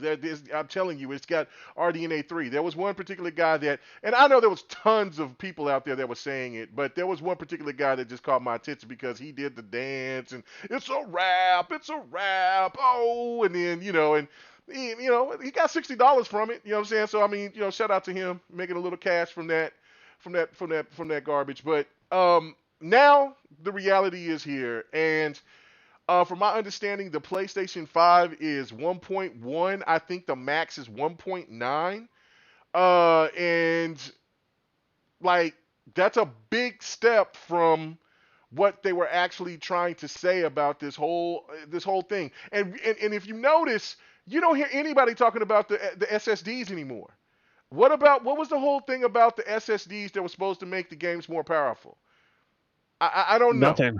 So It doesn't make games more powerful. Don, we talked about this. Yeah. till we was blue in our face. We talked about here on GRG till we was blue in the face. The SSDs doesn't do what you guys are claiming. And there's a lot of people that's eating crow, but you know what? They're staying silent. That's the thing that trips me out more than anything. So, Don, go ahead and break it down for us about what you think about the whole situation with the RDNA 3 aspect and the SSD situation yet again, so we can close this chapter. Yeah. Let's just deal with the SSDs. SSDs are just really slow. I mean, they're not RAM, right? But they the SSDs, the way these operate, it's like really slow RAM. I mean, that just is what it is. If I can have the memory driven by RAM, I would prefer that over any SSD. But that's not financially practical, and usually the bandwidth doesn't allow for it, right? So, it's a good thing. It's a better quality of life. We'll be able to use those compression blocks in very particular ways that will help. I don't think we've really seen the full potential of the SSDs, both from the Xbox or PlayStation yet. We haven't even seen what they really can, as developers. We haven't seen what we can do yet because no one's really utilized them yet to their potential. That's just kind of the harsh reality. The other part, what was the other question? It was talking about the RDNA. Yeah, the RDNA 3. Yeah. Like, I mean, why was people thinking that technology was going to be? Because that's not even. Is that even available for PCs yet? No. Yeah. Not even close. So why would people think that was going to be in consoles already? Well, here's the thing. So somebody's got to make something first, right? It's either going to be AMD or their partners. And obviously we know the history of the RDNA with Xbox, and they have the full feature set, and that's kind of history now. But the thing is, you can just do the math. You're not going to get RDNA. You can look at where RDNA 3 is going to hit PC. You can look at where PlayStation is releasing their console. They're not going to release something. They're not going to have a feature set from something that's 3 years out that's not even on PC. It's just not going to happen. Now, if it's maybe 6 months down the road, you'll get a graphics card in the PC market that does that, then maybe there's a conversation you can have there from just a general consumer standpoint of being an enthusiast and looking at that stuff. But that's just simply not going to happen. That wasn't a wise stance for a lot of people that are into gaming to take. Pretty much all developers knew they was going to have that. And we don't look at console as, hey, this has full RDNA 2 or 3. I mean, developers don't look at it like that. We look at it as AMD has a set of features a hardware provider can choose from, and what of those hardware features are going to be available in the console or hardware we have to develop for. That's how we look at it. You can have not stuff that's full RDNA 2 that still will perform really, really well in regards to that. And we're already seeing that from PlayStation. They're very mature tools, and they're doing a good job of where they're at out of the gate. But at the same token, as both consoles mature, you're not going to see the PlayStation mature over the Xbox, especially in the third-party segment. It's just not going to happen. They're going to have to release new hardware, and in order to compete with that, and that's just kind of the harsh reality of it.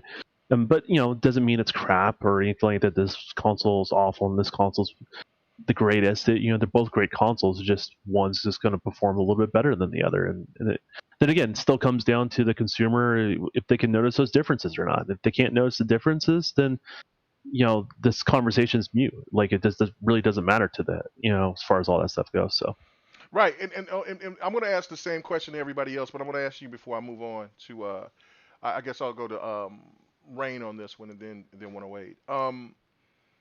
What about the whole aspect when you hear this constantly is about, well, the games look so much better on PlayStation. They just know how to make better games. They just know this and this. Just look at the games that came out, Spider-Man and blah blah blah. You hear this all the time, but they forget about what Xbox has done with Gears 5, and then when you see what the enhancements with Gears Hive Busters.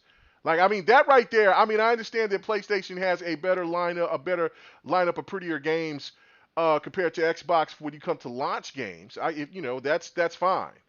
But when it comes to looking at Hive Busters and what that's done, what that can achieve, and then you look at the PlayStation games that's available, I mean, why is it that we still keep saying that Xbox is just not going to be able to make games that looks graphically, just fantastic. Uh, at the end of the day, I feel like it just comes down to people like to have their specific piece of plastic that's going to win. That's going to win the race. Kind of like what Don was touching on. If you don't think that the PlayStation or Sony's not going to put out a mid-gen refresh within 3 to 4 years, I think you're delusional. The whole point of what we're saying really is the Microsoft has created a console with Xbox that is going to last longer than the competition. They're giving you something that you can believe in. They're giving you something that is going to give you the accessibility that's needed through as we move throughout this generation. I'm not saying that Xbox won't have a mid-gen refresh, but I don't think it's going to be in the way that a lot of people might think that it's going to be. We had those rumors where things, the whole dongle situation of just having a USB stick that you can plug into the TV, the whole web browser situation that they're getting into, that Apple has basically forced them to move into, and that they also saw with Luna and how Amazon is giving it up. I mean, as we're moving into the future, there's going to be so many more ways to access content. I feel like that should be what the real conversation is about. People wanting their specific piece of plastic to look better than the other one. I mean, it is what it is. I mean, if we want to talk specifics, I guess, but at the end of the day, what matters is the games. And games, it's always been there, right? Like, there's always been PC hardware has been better. Exactly. Than others, right? Exactly. So the question is, every consumer has a different rationalization of what matters to them. Some people it's latency. Some people it's visuals, right? Mm-hmm. And I think when you have these conversations, they're a lot more broader than just the pixel count or the frame rate count. Like there's people obviously that care about that stuff. I think everyone on this panel cares about that stuff, right? Exactly. But I'm sorry, I don't want to take over there, but I just wanted to add that to it. So. No, and what you're saying is all facts, but in that same breath, there's a lot of the typical consumer that you could say that don't know about that stuff or don't care about that stuff. It's going to be your gamers who are looking at these numbers. And just when you initially show people 60 frames per second, like, you can feel how you want to about 30 FPS. But once you show the typical consumer what 60 FPS is, they're going to say, when you give them that old game back, or you give it to them when it's not upgraded through with the Xbox, they're going to be like, this game feels trash. And I don't like it. It doesn't feel the same. And they're going to want to continuously progress, because that's how the consumer is. The whole point of this generation is not about 120 hertz, for example. Like, we can sit here and tote that around or whatever the case might be, but let's be for real. Not the majority of who are going to be invested in gaming are going to have this. It's for us. They're talking to us for that. And now it's like we're getting to a conversation where it's like we're talking about PC and consoles at this point. It's either, if you're really talking big boy talk, you need to have a PC, because that console talk is irrelevant. At the end of the day, you're just picking your favorite service. Again, people have been continuously comparing it. Either Hulu and Netflix, Disney Plus and Netflix, or both. Which one are you going to do? Guess what? 9 times out of 10, if you like the content on either side, you're going to invest. Give me a reason. For me personally, I do not have a reason to invest in Sony. Do I mess with Sony games? Yes. Sony knows what they're doing. Yes. Xbox has left a draft since over the last decade. But guess what? In 2013, again, we have to keep going back. They established that they were serious. This whole game where Phil had to go into Satya's office and be like, look, the console can still work. Because guess what? Big Dog wasn't with the consoles. No. Phil went in there and said, Help me. But that's a fact. But No. But let's he be did go in there. realistic. He walked into those "Oh offices. no. He can't big boy status. No, but I'm just saying. No. Yeah. He could big boy status. He Right. said ant. He said boot ant. Yeah. That's what he did. Yeah, he Right. did. We gotta play big boy. When we get We into gonna this do it rest of the or we're not. conversation, Big boy Yeah. ball. Facts. Yeah. when we get into the rest of the situation with the whole Stadia blaming Microsoft, I told the world they believe that Foreman was gonna knock me out, but I Yeah. proved all y'all wrong, Yeah, and I came out with a victory. get him. Yeah, Facts. and then also, yeah, and then after Absolute when Phil, facts. and as you was making that point, when Phil got finished, and he says, "Look, either we're going to do it this way or we're not," and then when he came out of there, this is exactly what he came out sounding like. When we get into that subject, And now look at what we got. elude- Look what's coming. The greatness I'm is going to coming. allude to a situation I told dudes Let's talk about it.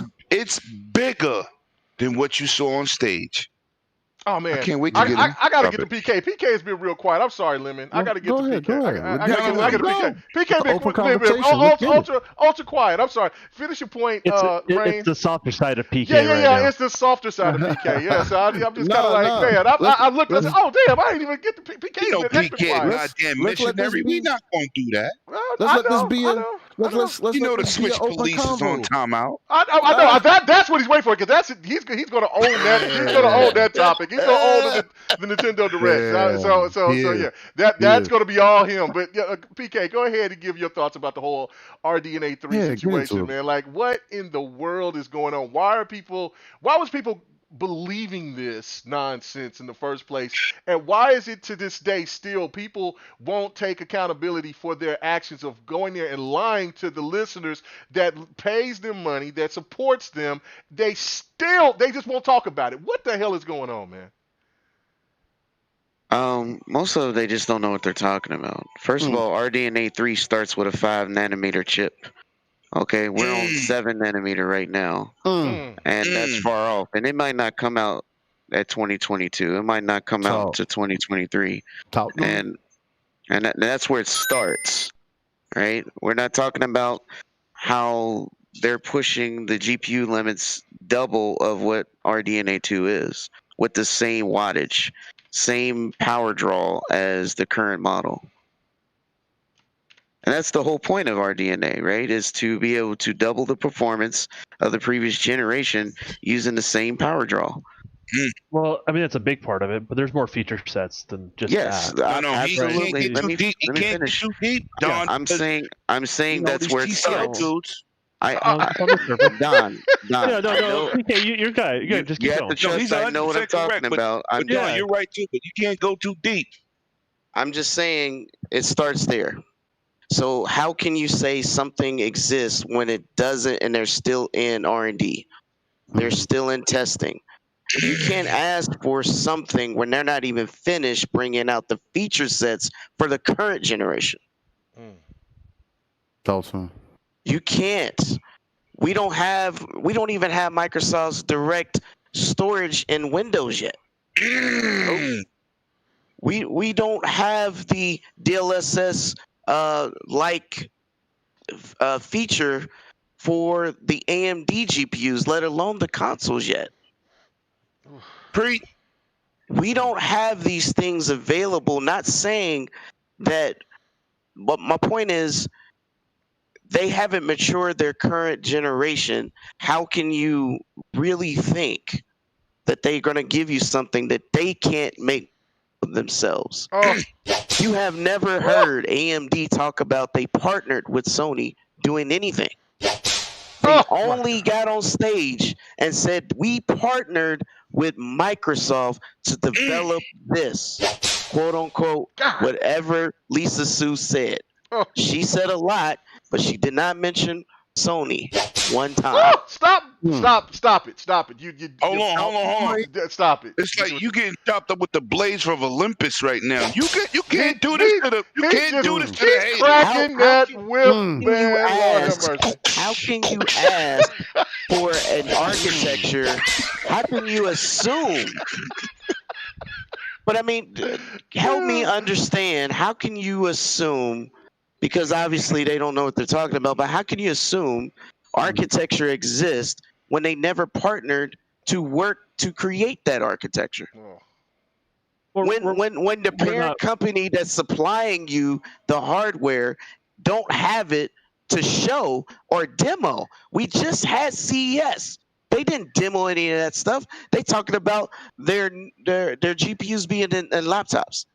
That's all they talk about. And you seen a screenshot of their lower end GPUs, but you did not see them demo what's to come. CES is the whole point of showing us stuff that's not here yet, but that may come to fruition. They did not show any of that. You know what, PK? You make me sick. You know what? You know what I'm saying? This is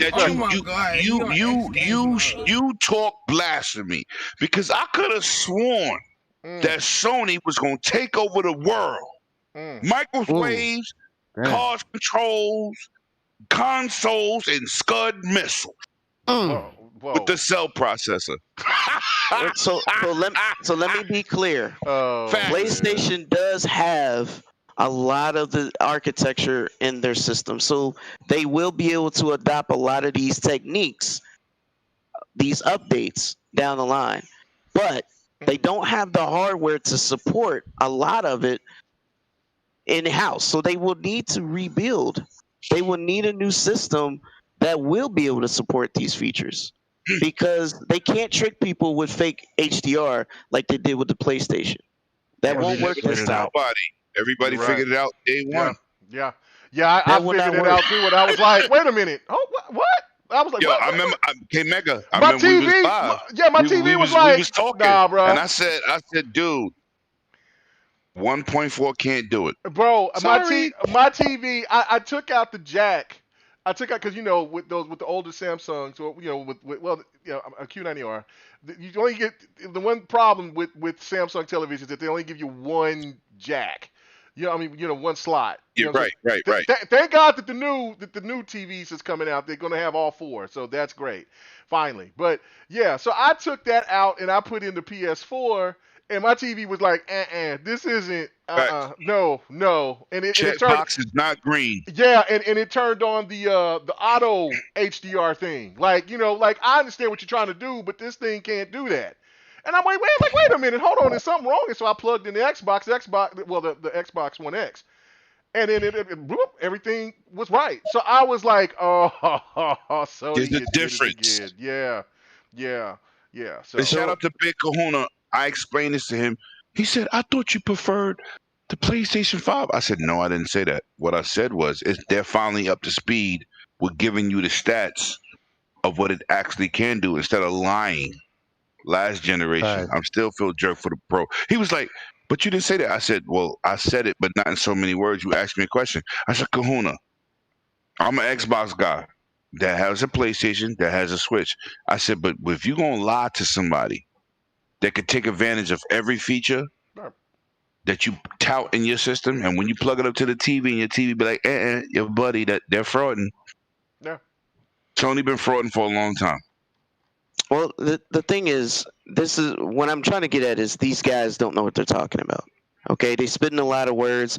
They throwing around infinity cash, saying that Microsoft Xbox doesn't have it. First of all, let's just back up, because infinity cash is just a buzzword, a marketing word. It's really smart access memory, which is what AMD uses to say, hey, this is how we going to feed the GPU. First of all, it's not something that Xbox does not have. That is a technique that they just have not put in as an update on these systems, nor is it is available on the PC, but it's coming to the consoles as well. It's a technique. Even the NVIDIA / Intel combination can do the same technique. It's just the name. All it does is feed the GPU. So it can, instead of having 256 cache, it can basically almost have what they call infinite. It'll just keep feeding it. That's how it works.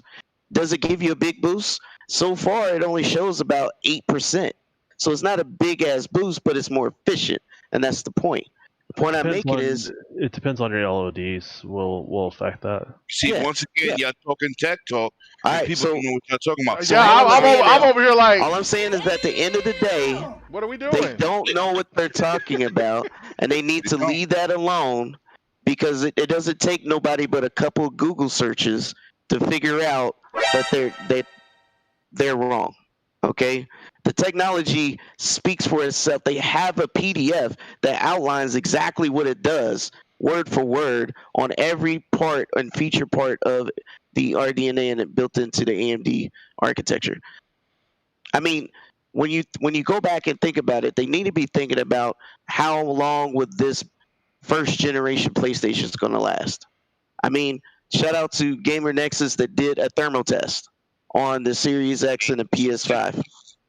And all I'm saying is, when your hard drive dies, just dead, it's done. You got to get a new system. We talked about The- that the- when we first the talked. thermals, Yeah, we talked the about that. Yeah, thermals you and Slayer consistently knocked are that out the higher. park. The thermals are consistently higher on a PlayStation. It's just not built right, dude. It's just not built right. Period. I believe they designed it first and then put technology in it. I believe they just went backwards when it came to the R&D. That's my opinion. I don't have any facts on that. Have no evidence. That's just my assessment according to how this is built. It makes no sense. Not to me anyway. You know what they're going to Guess say, what? though. You know what They they're going to still tell do you. not You are have an fake update. news. There still are no update to allow you to have an expansion for memory.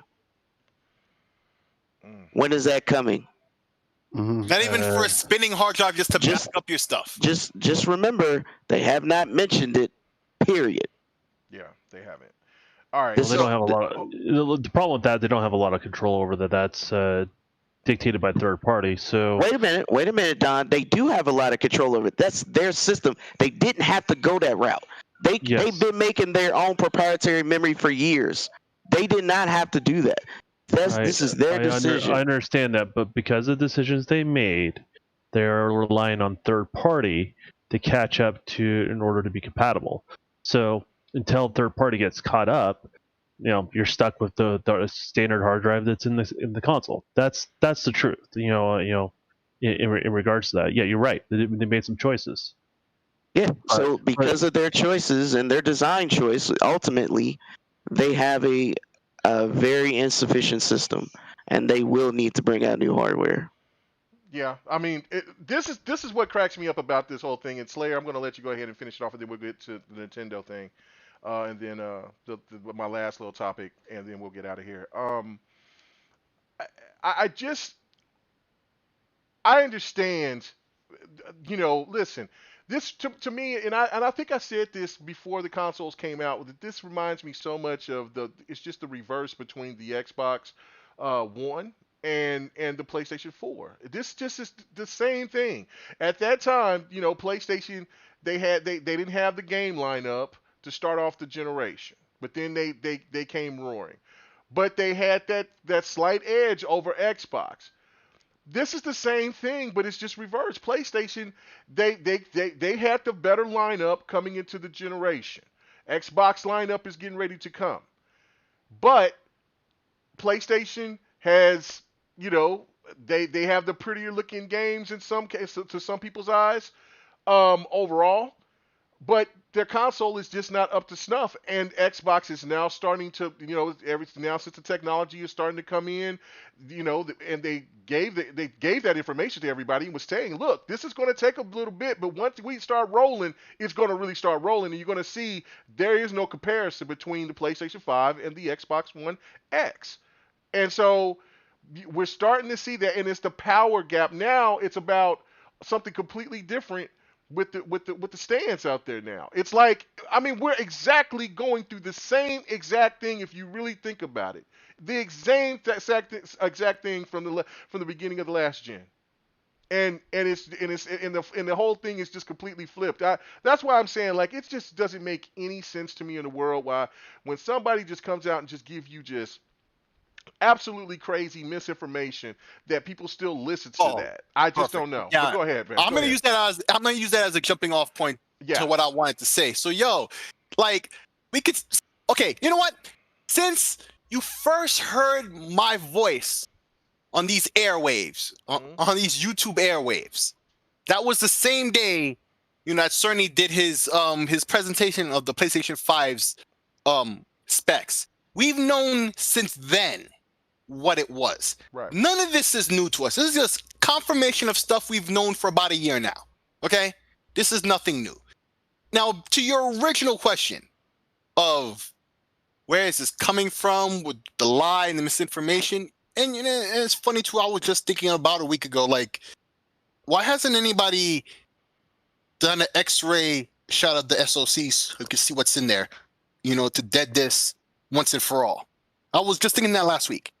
Boom, here it is. Okay, now with Xbox, we didn't have to wait and wonder why. They were showing this stuff. They've been upfront since day zero, since long before.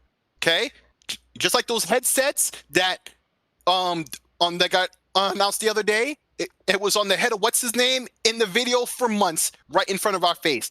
And that Series X, that Series S was in the background at Phil Spencer's room or whatever, in plain view that whole time. The Microsoft S, yeah. has nothing. Right, the S. Microsoft has had nothing to hide. But where's all this stuff come from? Not even from Sony, because I'm gonna shout out my boy 100. He was saying this over the weekend. Sony ain't really lied about nothing. That's the fanboys who did that. They just. Well, no, I wouldn't say they lied. They lied. Sony did lie. Okay, what specifically did Sony lie about? Their specs? No, about the generations. About they didn't believe in generations. But if you're talking about the specs aspect, go ahead. I'm just about the hardware aspect. Okay, all right. They never said anything untrue. No. Right? But they also, when these fanboys were saying all these wild things, they never cleared the air about anything. No. Microsoft did that on a number of occasions. Okay? Sony they didn't say anything. They let all these fanboys and, all these trash people who have proven just how trash they are. Perfect example, KMEGA, remember last night on Next? Okay, what happened with that when you guys started talking about those Microsoft headsets, and then somebody wanted to start making up all these lies about their catching fire or whatever crap he was saying? They're not even out yet. Really? Right, yeah. And then there's this other thing, apparently it's been going on for a while, that I just found out about, that these PlayStation fanboys are counting 500 and something days since Xbox has had a new... What? The Medium just came out. Blithering idiots. Yeah. Like, what the... But you know what? It's not about what's true. It's about perception, not the facts. Because we know what the facts are, okay? What system has what? What system can do what, okay? What corporation behind these systems is doing what? And what they seem to be about all the time, okay? This action shows what you're about, not words, because you could talk to your face is blue.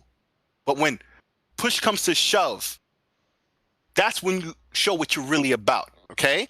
And these fanboys, now, all of a sudden, the shot of the SoC comes out, and two of the top fanboys with the RDNA 3 aspect of the lies, or point their fingers at each other. Oh, I didn't make up these lies. He did. But they both have receipts on each other. It's ridiculous. It is. But here's the thing. To what you were saying that I want to jump off on. Like, they keep changing the goalposts because they're never talking sense. See, we're talking sense, particularly now. And I mean, we as Xbox fans and people who rep more for Xbox than anything else. Just like Still Rain was saying. He doesn't see the value in the PlayStation. And I almost bought one today off of Best Buy. Okay, when Boom was having a show this morning and he said PlayStations were on Best Buy. All I had to do was click one more time and I had one.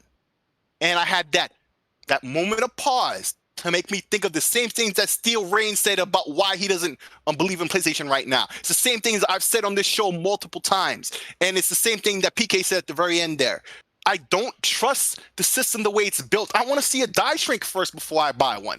But like I said, just got paid Friday night, and I got my taxes this morning. I had some little spending money that I didn't really expect to have. I don't need to save up that for. personal call. I'm gonna need a loan. Word. Hey, only to my most loyal homies. That's how it goes. But like I said, I had the dough in my pocket to just be like, whatever, because I'm a gamer like that. That's the same way I bought my PlayStation 4. Okay, or the spring after it came out. Boom, I just walked into a GameStop, picked it up, and it was almost that type of situation today until I thought about it. Like, no, that's a bad move, because I still do see that you PlayStation owners still can't use your rest mode, that your controllers are dying, that systems are dying, that glitches are still happening. These are real things. I'm not trying to knock it. I'm not trying to be as an Xbox. Are you sure? Are you sure? Because that sounds like a lot of hate. On a PlayStation today. Like, it's not hate, it's facts. If you feel like it's hate, that's you done fucked up. I mean, it's you can't see the facts in front of your face. You're a little aggressive with the voice. No. It's high blood pressure time, right? Yeah. Why are you mad, son? Excuse me. I know this isn't something that I love, but I'm just saying. My boy, hi. I almost bought one today, and then I had to think about it. Like, no, this is a bad move because I really don't trust the build and everything about the system. But you don't want to play Godfall? I can play God of War. I can play it on other PC. games that's on that I PlayStation wouldn't want to collection, play it on all of nothing. which I haven't played yet. 7 minutes of fame-ass game. I'm Best looking form. at. I'm I excited. actually enjoy it. I personally see that's one thing. I think that I'm gonna like that game, so I ain't saying nothing about it. It's a So good like time. when it comes to I Xbox, when it comes to Xbox, I'm gonna play it and watch. That's why I was like, I ain't gonna knock it. I know a lot of people's knocking try it. it out. It's Yeah. It's a solid title, bro. What You think it's what you give it solid, overall? or What you give it? think it's acceptable? Ooh. It's 6.5 to 7. It's a bunch of titles. It's free. I downloaded it. Let me tell you something. I told people I had fun with it, right? I had fun with it, right? Let me guess, it's got alien weapons in it. Yo, Don, I swear to God, I'm gonna go to Utah. I'm not gonna put my hands on you, but I'll rip off your fake ass suicide doors and your old ass Jaguar. Keep it up.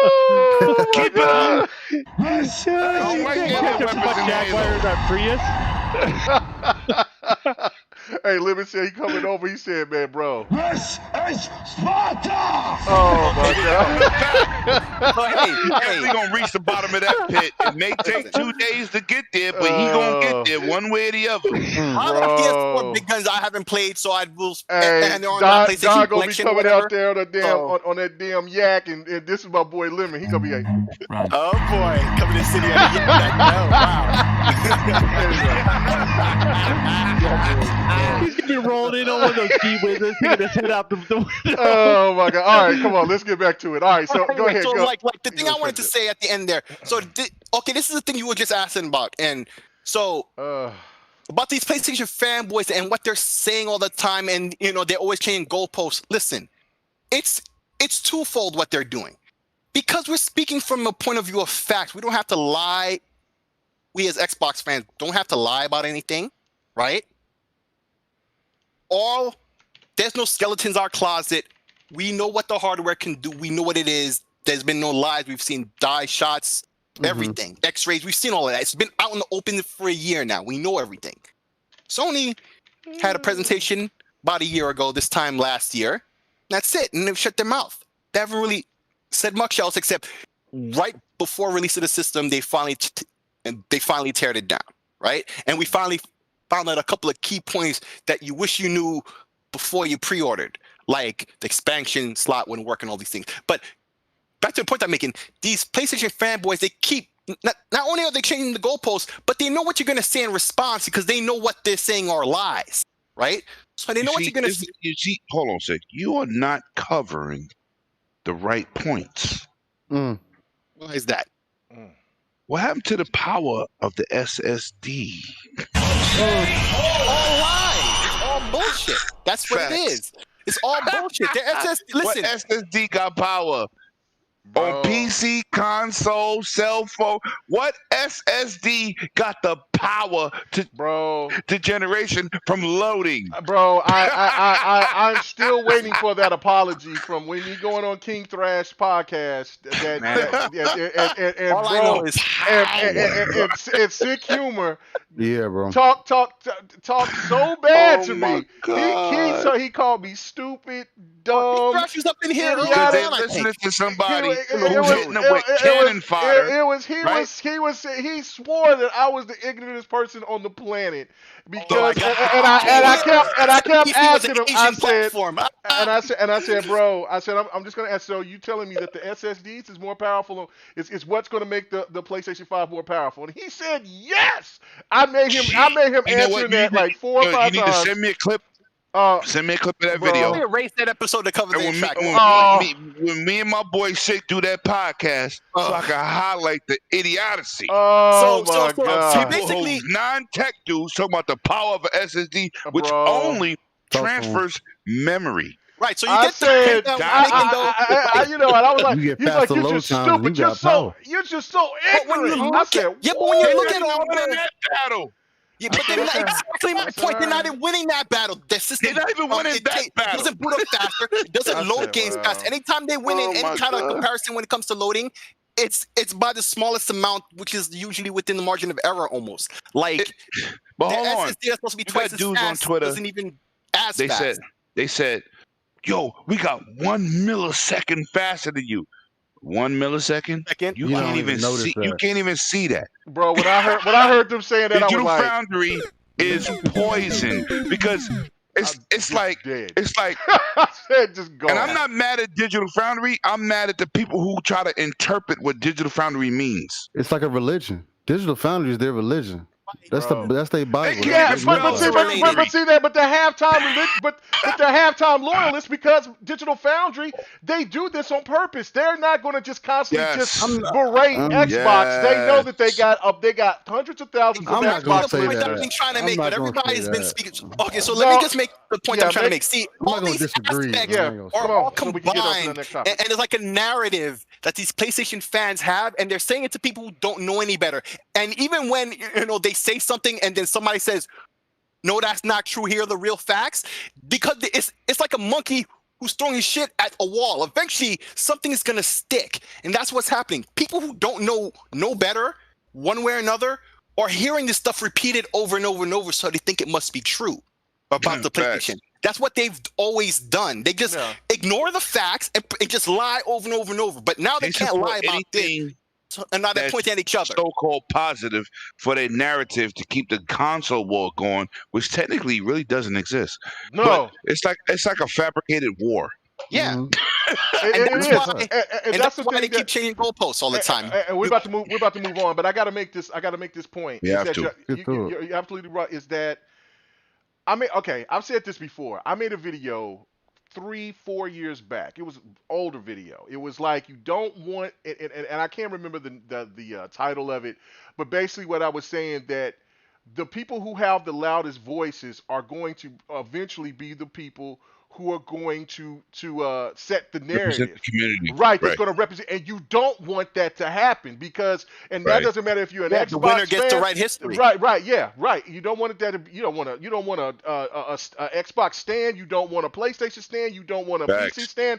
You just want people to give you something. Yeah, not everybody's going to be right. Just give their honest opinion about how they feel about it. If they say that they don't like Xbox doesn't give them, that's fine. But give facts with anything that you're going to say, and give and you can give your reason behind it, because people know. The people can understand the difference. Is that, okay, that guy's he's more of a PlayStation guy, but at least he knows what he's talking about to some degree. Mhm.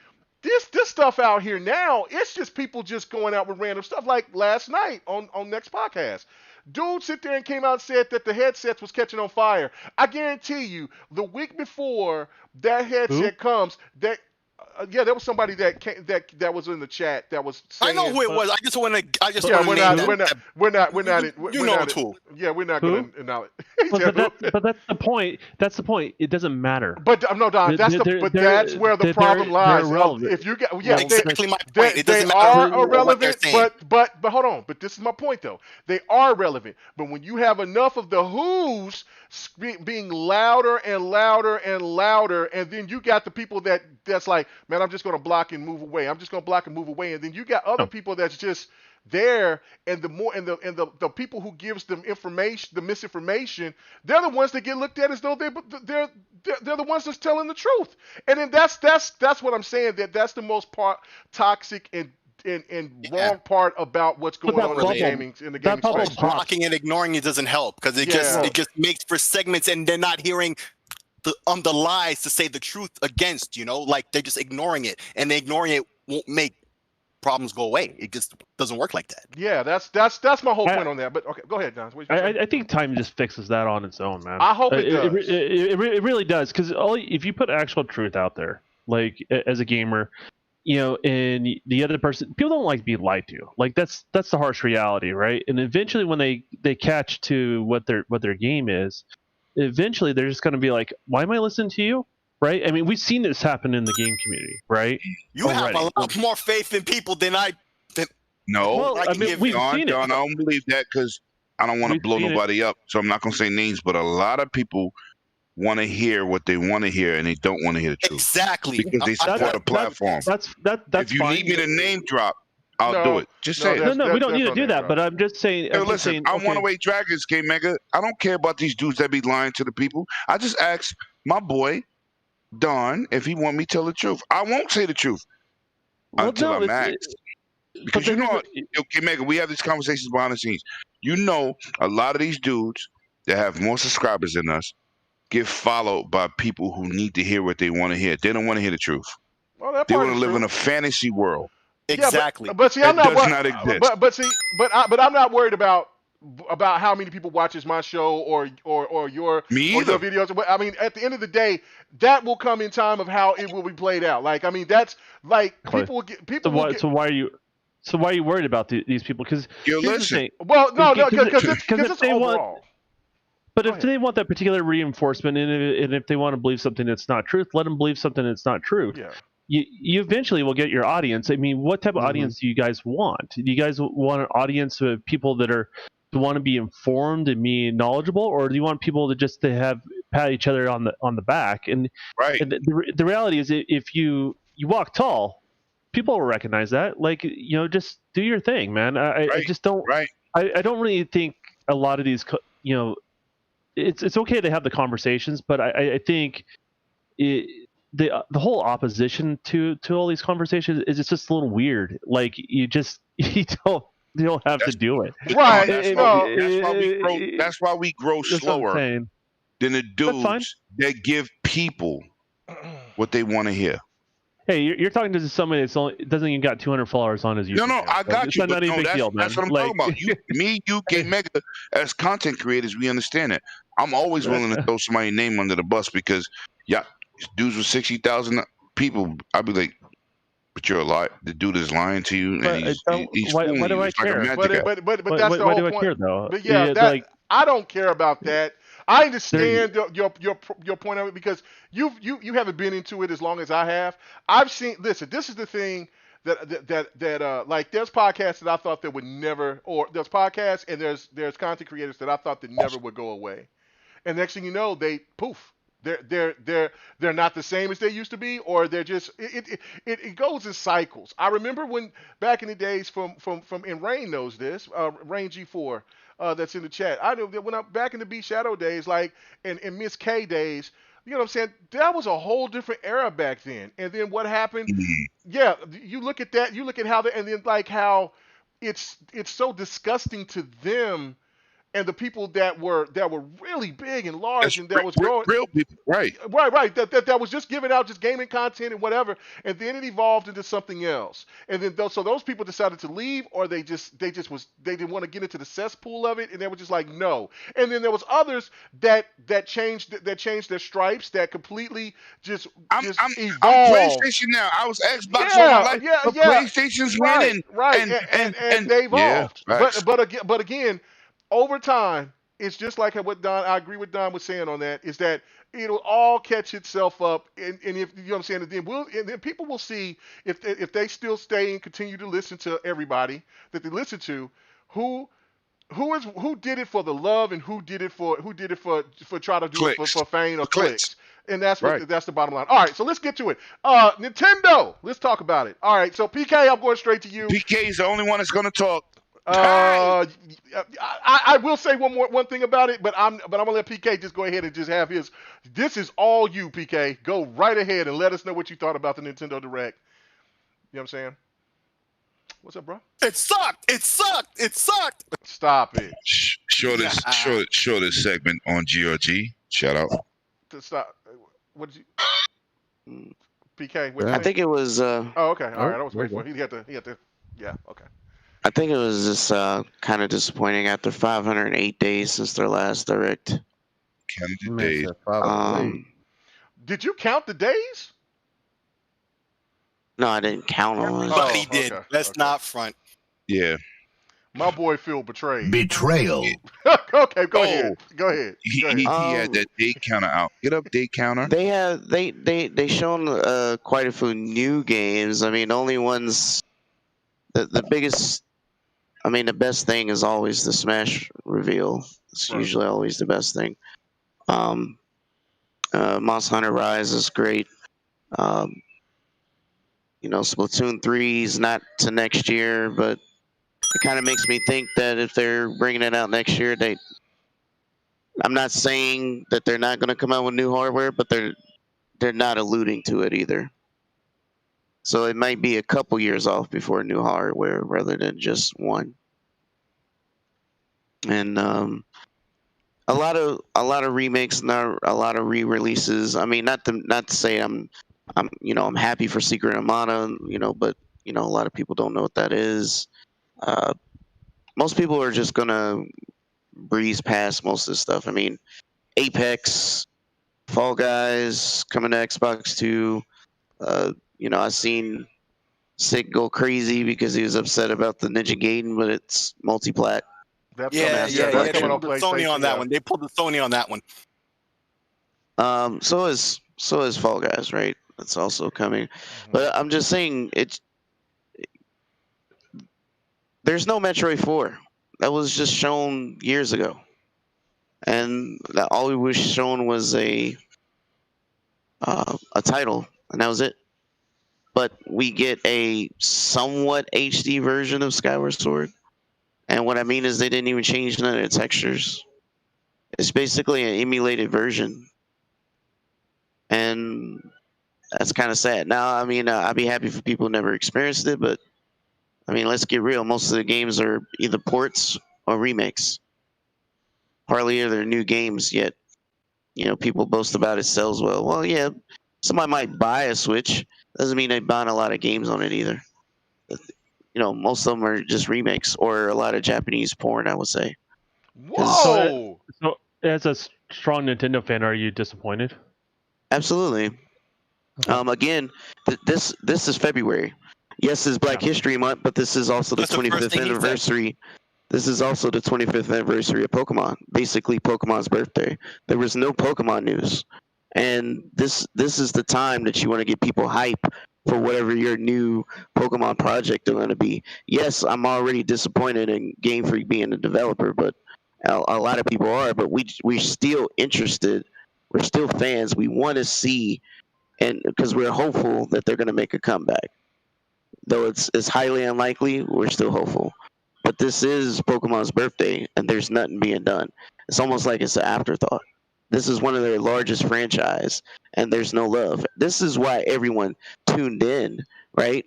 Everyone tuned in because we want to see more about Pokemon Snap, Pokemon Unite, and the main series games that are coming out in November. We know there will be. We just don't know for sure if they're the Diamond and Pearl remakes or not.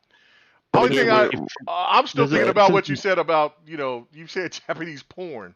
I sound like a hero, but my I mean, it does. It has a lot of shovelware that has a lot of mature rated games that are basically dating sims and things of that nature. Well, since Nintendo is not afraid to tease something Oh, it's a far lot of out, that hentai crap. Yes. but I want- since I want- Nintendo maybe is that's a not fun- afraid go to tease something so far out, like they did with Metroid, do you think that it's a long ways before you see something exciting from them? I think it's going to be whatever their hardware refresh before we actually get a proper. Interesting. Yeah, because think about Switch. Their first year was nothing but ports. I mean, Zelda was a port. I mean, technically, Smash Ultimate is a port. Technically, it's built on the same. Everything on the Switch is a port. It's not a brand new game built from the ground up. It is upgraded though. It's highly better than the Smash 4 for sure. But how many? I mean, yeah, Fire Emblem was new. I mean, they have some new games, but I mean, hell, they just changed their servers from Windows 98. Come on, bro. The servers weren't even designed to do networking. Windows 98. I don't think you guys hear that. They just did that. It was old when they first put them in, literally. XP was around then. So it's disappointing because Nintendo does make great games and they do have great IPs. Just so you know, we heard Windows 98, but we weren't surprised. Nobody cared. Don. But yeah, so looking at Nintendo and what they're showing, it's like I complained about this last year when they showed the Mario trilogy thing. Is like, this is what you guys got to offer your fans: a whole 12 months of Switch, and you only had 2 brand new titles. But you're gonna resell us the same game over and over until March. See, you're not looking at the big picture. I told KMEGA on one of the GRGs that Nintendo console sales don't even compete with Sony, right? They got 100 million seller. Everything else is subpar. The Switch, the Wii U sold 13 million copies. GameCube was a great system, was a failure. N64 only sold 32 million consoles. They only got video game money, right? So when the Wii U failed after the Wii, the Switch is a huge success. You know what they're doing? They're taking IPs they already invested in and giving you a slight upgrade resolution and frame rate. But they've been doing this. No. What I'm saying, KMEGA, what I'm saying is they're doing it more this generation because their biggest failure before this generation with the Switch was the Wii U. Okay, 32 million consoles with the N64, you can make a couple of dollars, but 13 million Wii U sold after 4 years was a nightmare. So what they're doing is giving you a small visual upgrade. They always promote 60, but they're giving you a resolution upgrade, and they're just remastering these games and putting them out. That's what the Switch is built on. But that's what they always do. I mean, that's no. What I'm saying is more this generation than N64. Wow, this is a whole new paradigm. It's like they're trying to make money off of these games that they didn't make on right. Already because the Wii U they flopped get for money all from okay, Wii U. all right, well, on the okay, new but successful but hold on, wait, pump the brakes. Because if you're talking about the Zelda game, that game did not come on. That game was not a No, Breath of the Wild is a new title. No, But, no, yes, bro, it was. bro, Wait. Hold on. No, it wasn't. That was supposed Breath to of be a the Wii U Wild game. was a Wii U title They did the that they same thing. put on both systems. But it was a new Like title. they did the Twilight Princess. They pulled the No. Twilight Princess. It was They a did new the title. Wii U game. It was not a new title. It was a Wii U title that was It was ported. a Wii U Right, title okay, but that no, was ported. But I'm that's saying that's not. But hold on, before you do that shit, you got to let me talk, Lemon. Damn. I'm saying my to you, bad, light skin brother. Yeah. Hold on, chill on that. You know what I'm saying? Yeah, like hold on. I'm saying I wasn't talking about Breath of the Wild. I was talking about the one that they showed at the Direct. You talking about the remaster of the OG one, which I own? That was on the Wii, and the Wii was That was on the Wii U. That was the previous. No. That was on the Y'all Wii. both wrong. That was on the NES. What are you talking about? What? That was Skyward on the Sword? Wii. Skyward Sword was on the Wii. KMEGA says Wii. Hold on. First of all, Skyward Sword was the game before Breath of the Wild. Hold on. Y'all not talking about the remaster of the top-down version, right? Yeah. No, talking about Skyward Sword from the Wii. Skyward Sword from the Wii. That was from the Wii. Okay, Not from the Wii U. I thought you was talking about what's the other one? Which I own. The remaster of the old NES. Because I got it. I was gonna walk over there and get it. You talking about Link's Awakening? Link's Awakening. There you go. That's what. KMEGA, my bad. That's what I thought you was talking about. My bad. Yeah, the Game Boy game. Okay. Boy. No. But I'm telling. I said my bad. We lied. You're good. Because Zelda got a lot of titles. I was getting ready. I was like, bro. I was like, come on, man. Nah. I got you. Yeah, because you was going to because you got confident. Like I know what. No, I ain't get confident. And I was like, what? Because they got 2 titles on the Switch that was coming out anyway. Okay, but I got you. Go ahead. Preach, bro. Preach. No. Hold on. 2 hours later. After you giving me hell, I'm just telling you. You can't be stealing all my podcast shit. Fuck that. I did that when I hosted GRG. You cannot be taking on my work. Oh man, I stand here because Lemon finally admitted that I was right about something. Let's go. Listen, I will do it. But Stadia dead. Flawless victory for Lemon. Finish him. Execute Stadia order dead. 66. You killed me on that one. All right, All right. So get back to let's talk about Nintendo so we get to this last topic. Get on. Microsoft killed it. No, come on. There's people that like. I love Nintendo. I know everybody on this panel. Well, I can't say everybody. I love Nintendo. Steel has been absolutely quiet on this whole Nintendo thing, so I don't know if he's asleep or if he. So okay, I know that anybody else don't have the love for Nintendo like PK do. PK loves Nintendo. No, I do too. I have love for it, but no, when the way he was breaking this down, no, he owns it. He owns it. Hold on. It's certain things I don't talk on. Yeah. I Japanese imported all my life. I let Bloody live through that. I told Bloody, what does 108 Dragons mean? He don't know. You know why? Because he a baby to me when it comes to anime. Wow, congratulations! I want anybody in this chat to look it up. 108 Dragons did not come from something I made up. It came from a Yakuza clan from an anime called Crying Freeman. That's a fact. Now let's go to Nintendo. All right, let's go to Nintendo. I'm a Nintendo retard. I don't brag about the Switch because of my high definition, futuristic ability system dude. I love my Switch. I don't look at my Switch and say I need 4K. I look at my Switch and say I need 1080p 60. Yeah, that's just what it is. I want to so I let PK take that title. I let Bloody take those titles. He's the anime king. You're really not, because I dropped animes on him. He said, "Oh, Lemon, I never heard of that because you're a baby." He's not here to defend himself, so no, he don't have to be. Slide. No. He will slide because he. No. Why are we going? Why are we going left? I mean, you being extra savage on your boy, and I am. Yeah. He's not here to defend himself. Give dudes titles. I got 10 minutes. I got 10 minutes. Vested. I got 10 minutes. I got 10 minutes. But I'm just saying, PK is the Switch King, and Bloody is the Switch King. Okay. But I got some fire for both of that asses.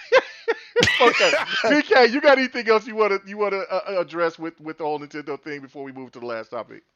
Nope, I'm pretty good from that. He finito. Okay. Look, the other night we in a private chat. Yo, PK talking about the Switch. I said, this clowns, and shout out to all the other brothers that was in there. And PK would tell you, I said, nobody want to hear this shit. Dudes bought new TVs, new controllers, new systems. We don't want to talk about the Switch. PK, did I not say that to you? Yeah, probably. You said a lot to me. He said, "Oh shit!" He said, "Oh, he said He this." did a lot. Hey, he said this, man. Yo, listen. He He said, was "Hey, talking about the hey, Switch. I no, told Clown, I said, why he still talking about the Switch and nobody hey, cares? hey, what PK That's was exactly saying? what I said. Yeah, you probably said it, but what PK Yeah, was I did it. saying, The PK didn't want to hear it, and nobody else wanted to hear it either. well, They was no, like, no, oh, we don't know why he talk about it. he Yo, was just listen. saying, like, whatever. Shout out to my boy Cognitive from ILP. Switch. Woo! All right. Switch police. Let's move on to the last topic because Lemonade is Let's going go. left. All right, so check it out. Oh, I will say this though. There was a couple of games on Nintendo that I was really excited about. I will get those. The No More Heroes 3 was a little weird to me because I was expecting a little bit something different, but of course that trailer wasn't that long. I know I was annoying some people because I kept playing that trailer over and over. Stop playing that freaky trailer! But anyway, but that game had me. There was an RPG. I can't think of the name of it right now. It was one of the last RPGs that they showed. Looked really good, old school style. Bravery something, I believe. I can't remember something like that. I can't remember what the actual name of it was. Looked really cool. Yeah, no, there were some games that I'm definitely gonna. I mean, I have the Switch. Why I you keep want to invest stuttering? into it. So Yo, I'm really excited about it. Why you keep stuttering? You know why? Because you got no goddamn confidence. No, you're talking I'm about an your investor, internet. but no.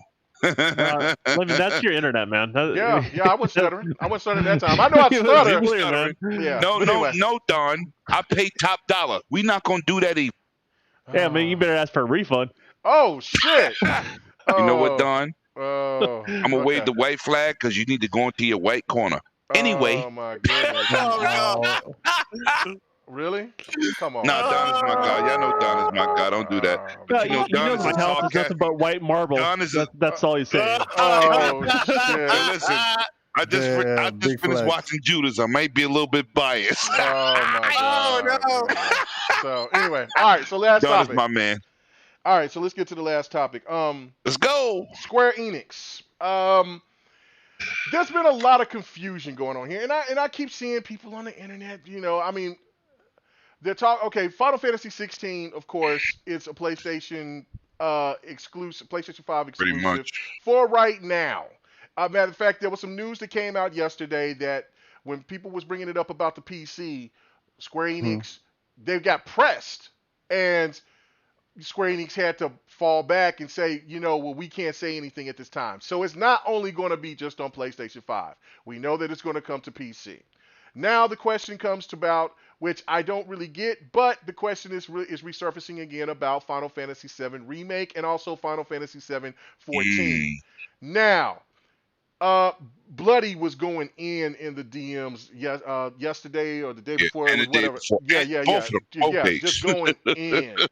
And he's over here listening to people, and they keep bringing up the stuff about Final Fantasy 14, stuff like that about why is this game still not out. Now, if you remember, Phil did come out and say that he was going that game, and not only Phil, but then the people that does from Square Enix that works on the game said that game was going to eventually come to Xbox.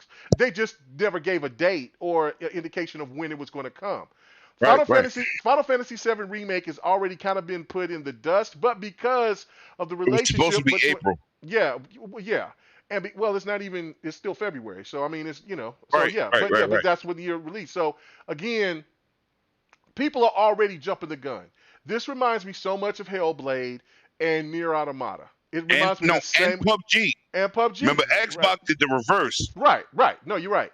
So my thing was asking you guys, and this is just an open discussion. Anybody could just jump in. So if you don't say nothing, that's on you. But is this something to be concerned about, or is Sony, or is this one of those things where Sony and Square Enix relationship is just strong, and that those games are just going to be coming later to Xbox? Or do you think these games aren't going to ever come, and because that they cater more to Sony? Though, go ahead. Okay, I'm going to say something, man. First of all, I'm surprised. With these Frax, you're a bastard. But I love you. But listen, I love you too, bro. it's like this. It's like this. Japanese companies don't support American hardware.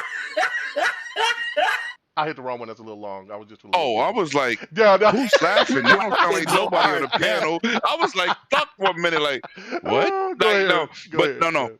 But the facts of the matter is, man, it's like the Japanese support Japanese companies. It's like Nintendo get a lot of RPGs. Mhm. That's Japanese supported. Okay. Octopath Traveler. That's what I'm talking about. Even if the whole other demographic of systems, and even Sony, like Sony is more Western based. They're not Japanese based. That's why that's why the Switch outsold PlayStation 4 in Japan. Okay. They get a lot of favors. Now, on the PlayStation front, they get a lot of favors. Square Enix, when they want to hit a certain demographic and it looks a certain way, they go PlayStation first. So we can't be surprised with the energy they put behind it. And then when it don't do what it do, then it ends up on Xbox. Same thing with Sega. Sega was doing the same thing, and being that they had the huge partnership with the Dreamcast with the Windows CE, now you see all this Yakuza stuff, and then they see the benefits of putting games out on multiple situations. So this game that we're talking about, it's like, do you want to make money as a third party, or do you want to kiss Sony ass? Because if the Sony community don't accept your game and it doesn't meet those market standards in terms of generating money, now you want to put it on Xbox. And it makes Phil look like, oh, he went over there begging. He's not begging. These companies trying to make money. If you think as a Japanese company, I can only put it on PlayStation or only put it on Nintendo, that's not going to work. They want to generate money. This is why we get those games. So where we go from that, I have no idea. But I just wanted to put that out there. I think Phil kind of greases the skids a little bit. You know what I mean? Like, they want to see a return on their investment. The question is, Phil may have to have a conversation. This is how you get your return on your investment. You need help porting it over there. Do you need staff? What do you guys need? And it's more of, hey, it's not so much, hey, there's an opportunity here for you guys. What can I do to help? And sometimes that's how Phil approaches it. Facts. But sometimes that's the relationship they already have with Sony as well. You got to keep in mind, like, they already have a guy they call and talk to at Sony that helps them out and stuff like that. And so, Microsoft not being in the same country, it kind of hurts them a little bit. I mean, it's just how that goes. But it hurts Japan. But it hurts Japan on another note. Well, they're not in Japan anymore. No. They have always had a base here. This is what somebody falsely accused Sony. Oh, the Japanese base. They never had a company here. They've always had a American presence. There's a Japanese president and there's an American president. That was false. Yeah, they've always had the presidents here. What I'm saying is, if you're a game company, it's like let's say PUBG, right? And this is a company, Bluehole, who buffooned the industry. PUBG's exclusive to Xbox.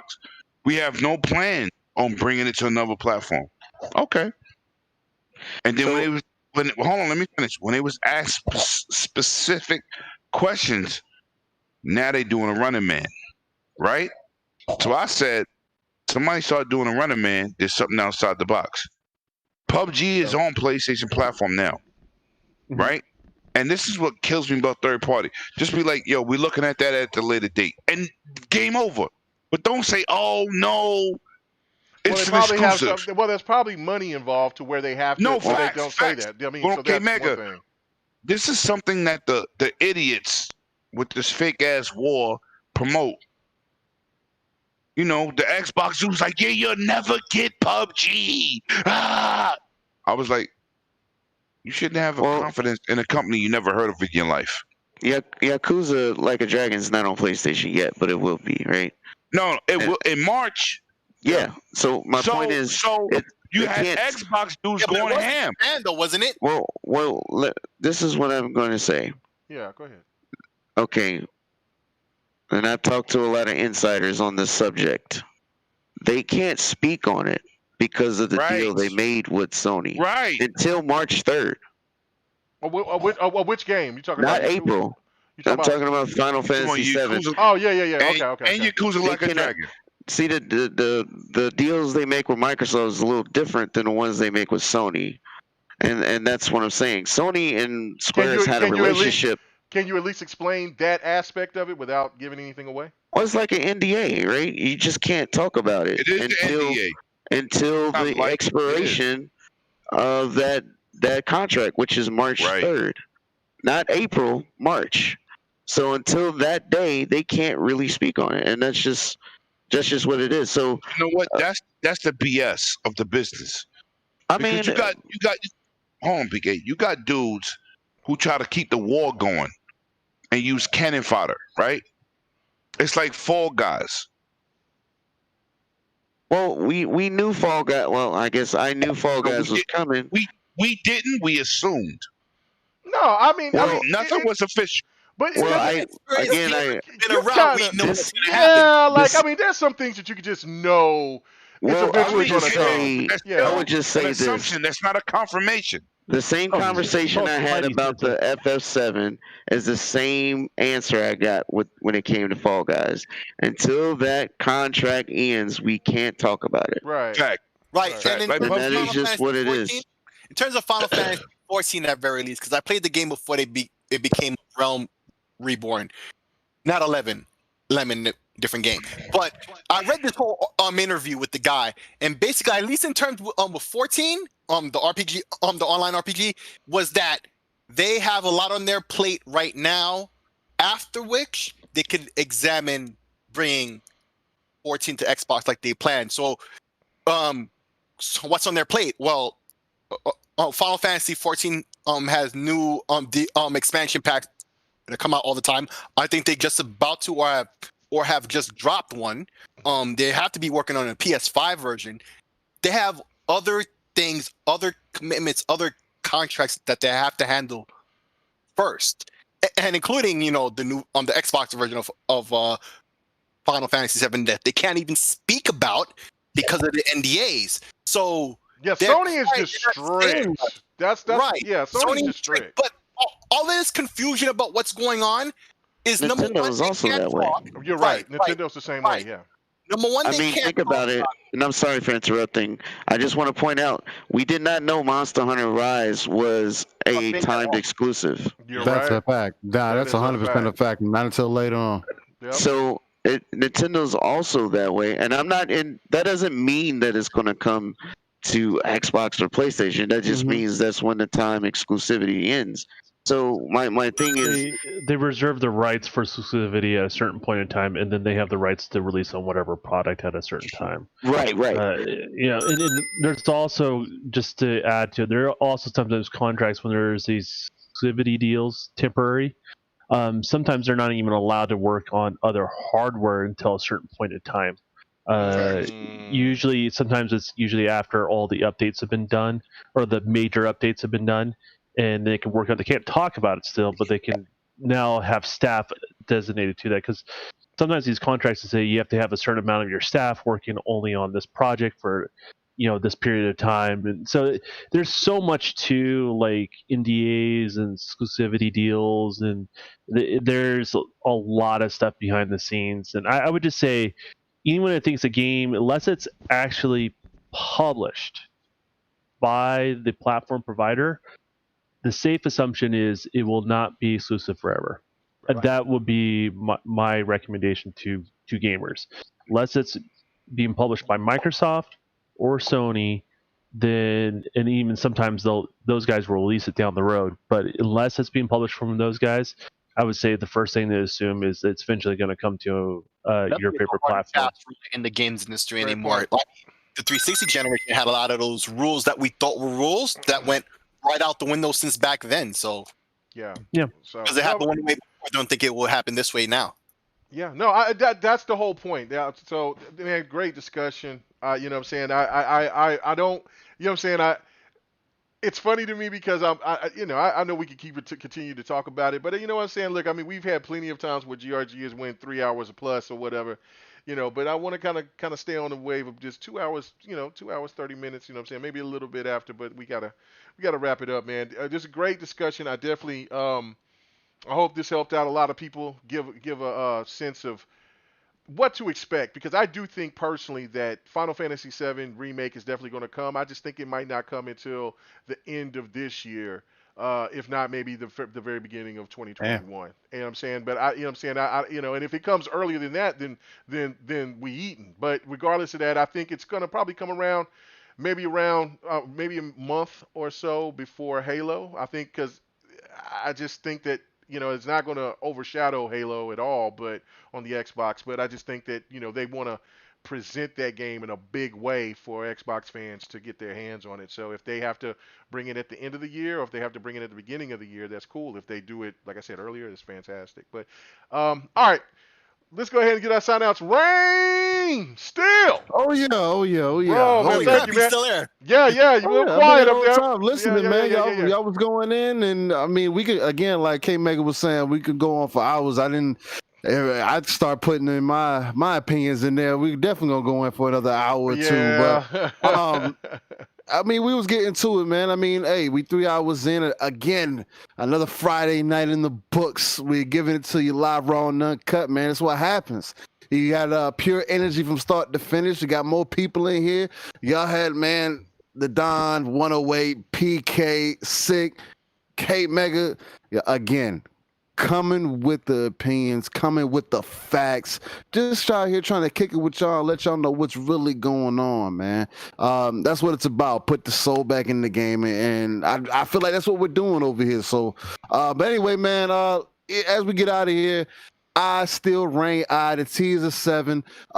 Everywhere, man. Twitter, Xbox, PC, Epic Store, Steam, wherever you can type it in at, that's how you can find me, man. And again, man, another great night on GRG. No doubt, man. Thank you so much, man. Really appreciate you. You brought even more energy to the podcast since you've been on, man. Really appreciate it, brother. For sure. No doubt. 108 Dragons, man. Thank you, man. Condolences to your family, man. Of course, you know what I'm saying? My brother from another mother, man. That fool right there, man. Man, you know what I'm saying? We go at it like family for real, man. Yeah, I love it. Love that boy. Tell everybody where they can find you at. I knew it. He's probably in the shower. Let's see. You know what? I'm going to get his ass, too. Well, let's find something for him. Yeah. Hey, Lemon, where can they find you at? Horny nigga detected. Horny nigga detected. All right. We out of here, man. Wow. Okay, anyway. PK, where can they find you at, brother? Oh, man. They're all going to be like this?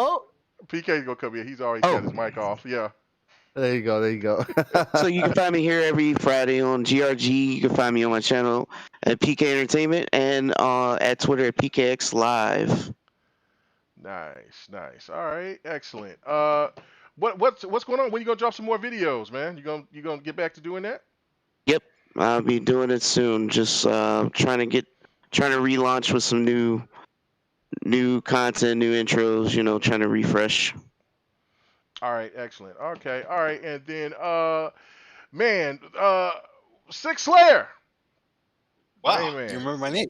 Yeah, well, I was gonna go to Don, and then I was like, man, there's Slayer, so I just go down the list. So I'm looking right here, so I'm gonna go to you. Yes, You're having a moment like me where you forgot obvious shit. I've been doing that lately. I apologize. We got things to talk about, brother, because I mean, you got paid. You know what I'm saying? You brag about this money. You know what I'm saying? Just got paid. Yeah. It's Saturday night. So yeah. Time to get funky. Six Slayer's gonna invest in some GameStop right now. Oh my bad. I know, right? So what you got? So where can they find you at, brother? You can find them on I'm a Geek podcast. Nah. Wow. You didn't hear your little outro when I thought. No. I'm gonna do it. I was talking to Cognito. It's already done. I got you. No. It can't be done because I'm done. original. And we not doing it. Listen, this is my day today. I'm not claiming no other day, but I'm claiming this week today. So you know what? We're going to do it again. You can find me on 108 Dragons TV. Shout out to I Don't Care About Sick. That's that night, brother. Anyway, 108 Dragons on everything, baby. Oh. Dang. Wow. What the hell I is just this? cut your lifeline. I just cut your lifeline. Flatline. Wow. Big Smoke, hey. Flatline on my boy Sick. Somebody's mad. Somebody's mad about that. I didn't take your woman, did I? Listen, I didn't know. Is that what happened? I have no idea. Wow. Okay. I have no idea. He got mad. Big mad. Anyway, he's playing around. But anyway. No, I was talking to Cognito. Anyway, do your outro, Sick. Shut up. Oh, wow. Bro, shut the hell up. Can I speak? I will. As soon as you do your outro. Come on, Sick. Do your outro, brother. Where can they find you at, brother? GRG, and eventually when Lemon feels up to it, the Dragon's Den podcast. Oh, the what? You know the Dragons Den. Don't do that, Kate. Kate Slizzle. Kate Slizzle. Don't be slithering your way into the situation. Hey, you man. already know. I'm ready for the world. Every time I hear about that, I know it's angry wearing a sweater vest, but what the hell's going on right facts. now? Yo, listen, I'm gonna take my little $50 trip to Utah, and I swear to God, you drive a G Wiz, man. Boot ants. Hey, man, you know what? Every time I hear about the Dragon's Den now, this is all I hear. I didn't hear that. No, you should be hearing. Oh man. Anyway. Oh, Don. I gotta say something. Hold on. I gotta say something. Yeah. This is real. No jokes. Okay. Shout out to everybody who supported me through my rough situation. My GRG dudes, all day or every day, and the podcast, man, and the people in the chat. It was very hard for me. I came on here. Y'all made me be into my video game world to eclipse my real world situation. So I appreciate y'all for bringing me out my circle because I was struggling the last week and a half. Facts. Yeah, no doubt. Thank y'all. No doubt. I was listening to Thank y'all. Sorry, bro. but he came in here and he was. Yeah, so I was like, damn. Yeah, I know that. All right, so Are you not entertained? Are you not entertained? Don, thank you, man, for coming home, brother. Where can they find you at, man? Yeah, it's the Don You can KTR. find me at the White me on Podcast. When we do snowflakes. Wow. We embed our situation on Texas where people are not prepared for snorkels. Oh, my bad. Wow. You are fake news. Wow. Okay. Finally. Sorry, Don. Do your real outro, Don. My bad. Wow. Anyways, it's the Don KTR. You can find me on Twitch. You can find me on YouTube. New YouTube videos coming up on Wednesday and Saturday next week after the Dev and the Gamer, which is happening on Tuesday on the Twitch channel. And if you don't want to follow that, you just follow me on Twitter and you'll get all the notifications there. So. Thanks. No doubt. Yes. So, yeah, man. You know what? I got this new thing, man. My boy Rain heard it last night. You know what I'm saying? So there ain't nothing really tough to say. There ain't nothing to really say. You know what I'm saying? Just thank you for coming up. Let's hit it. Hey.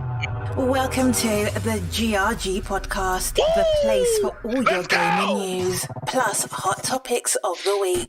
Also, remember to follow us on Twitter at KMEGA4. All right, y'all. Everybody have a great one. We are out of here. Peace. We'll be back next Friday, mother suckers. Ooh. Big facts. Some more hot topics. Facts. Get at us. All your gaming news and our special topic of the week. Make sure to join us every Friday night, 9:30 Eastern, 8:30 Central, and 6:30 Pacific. This was the GRG Podcast.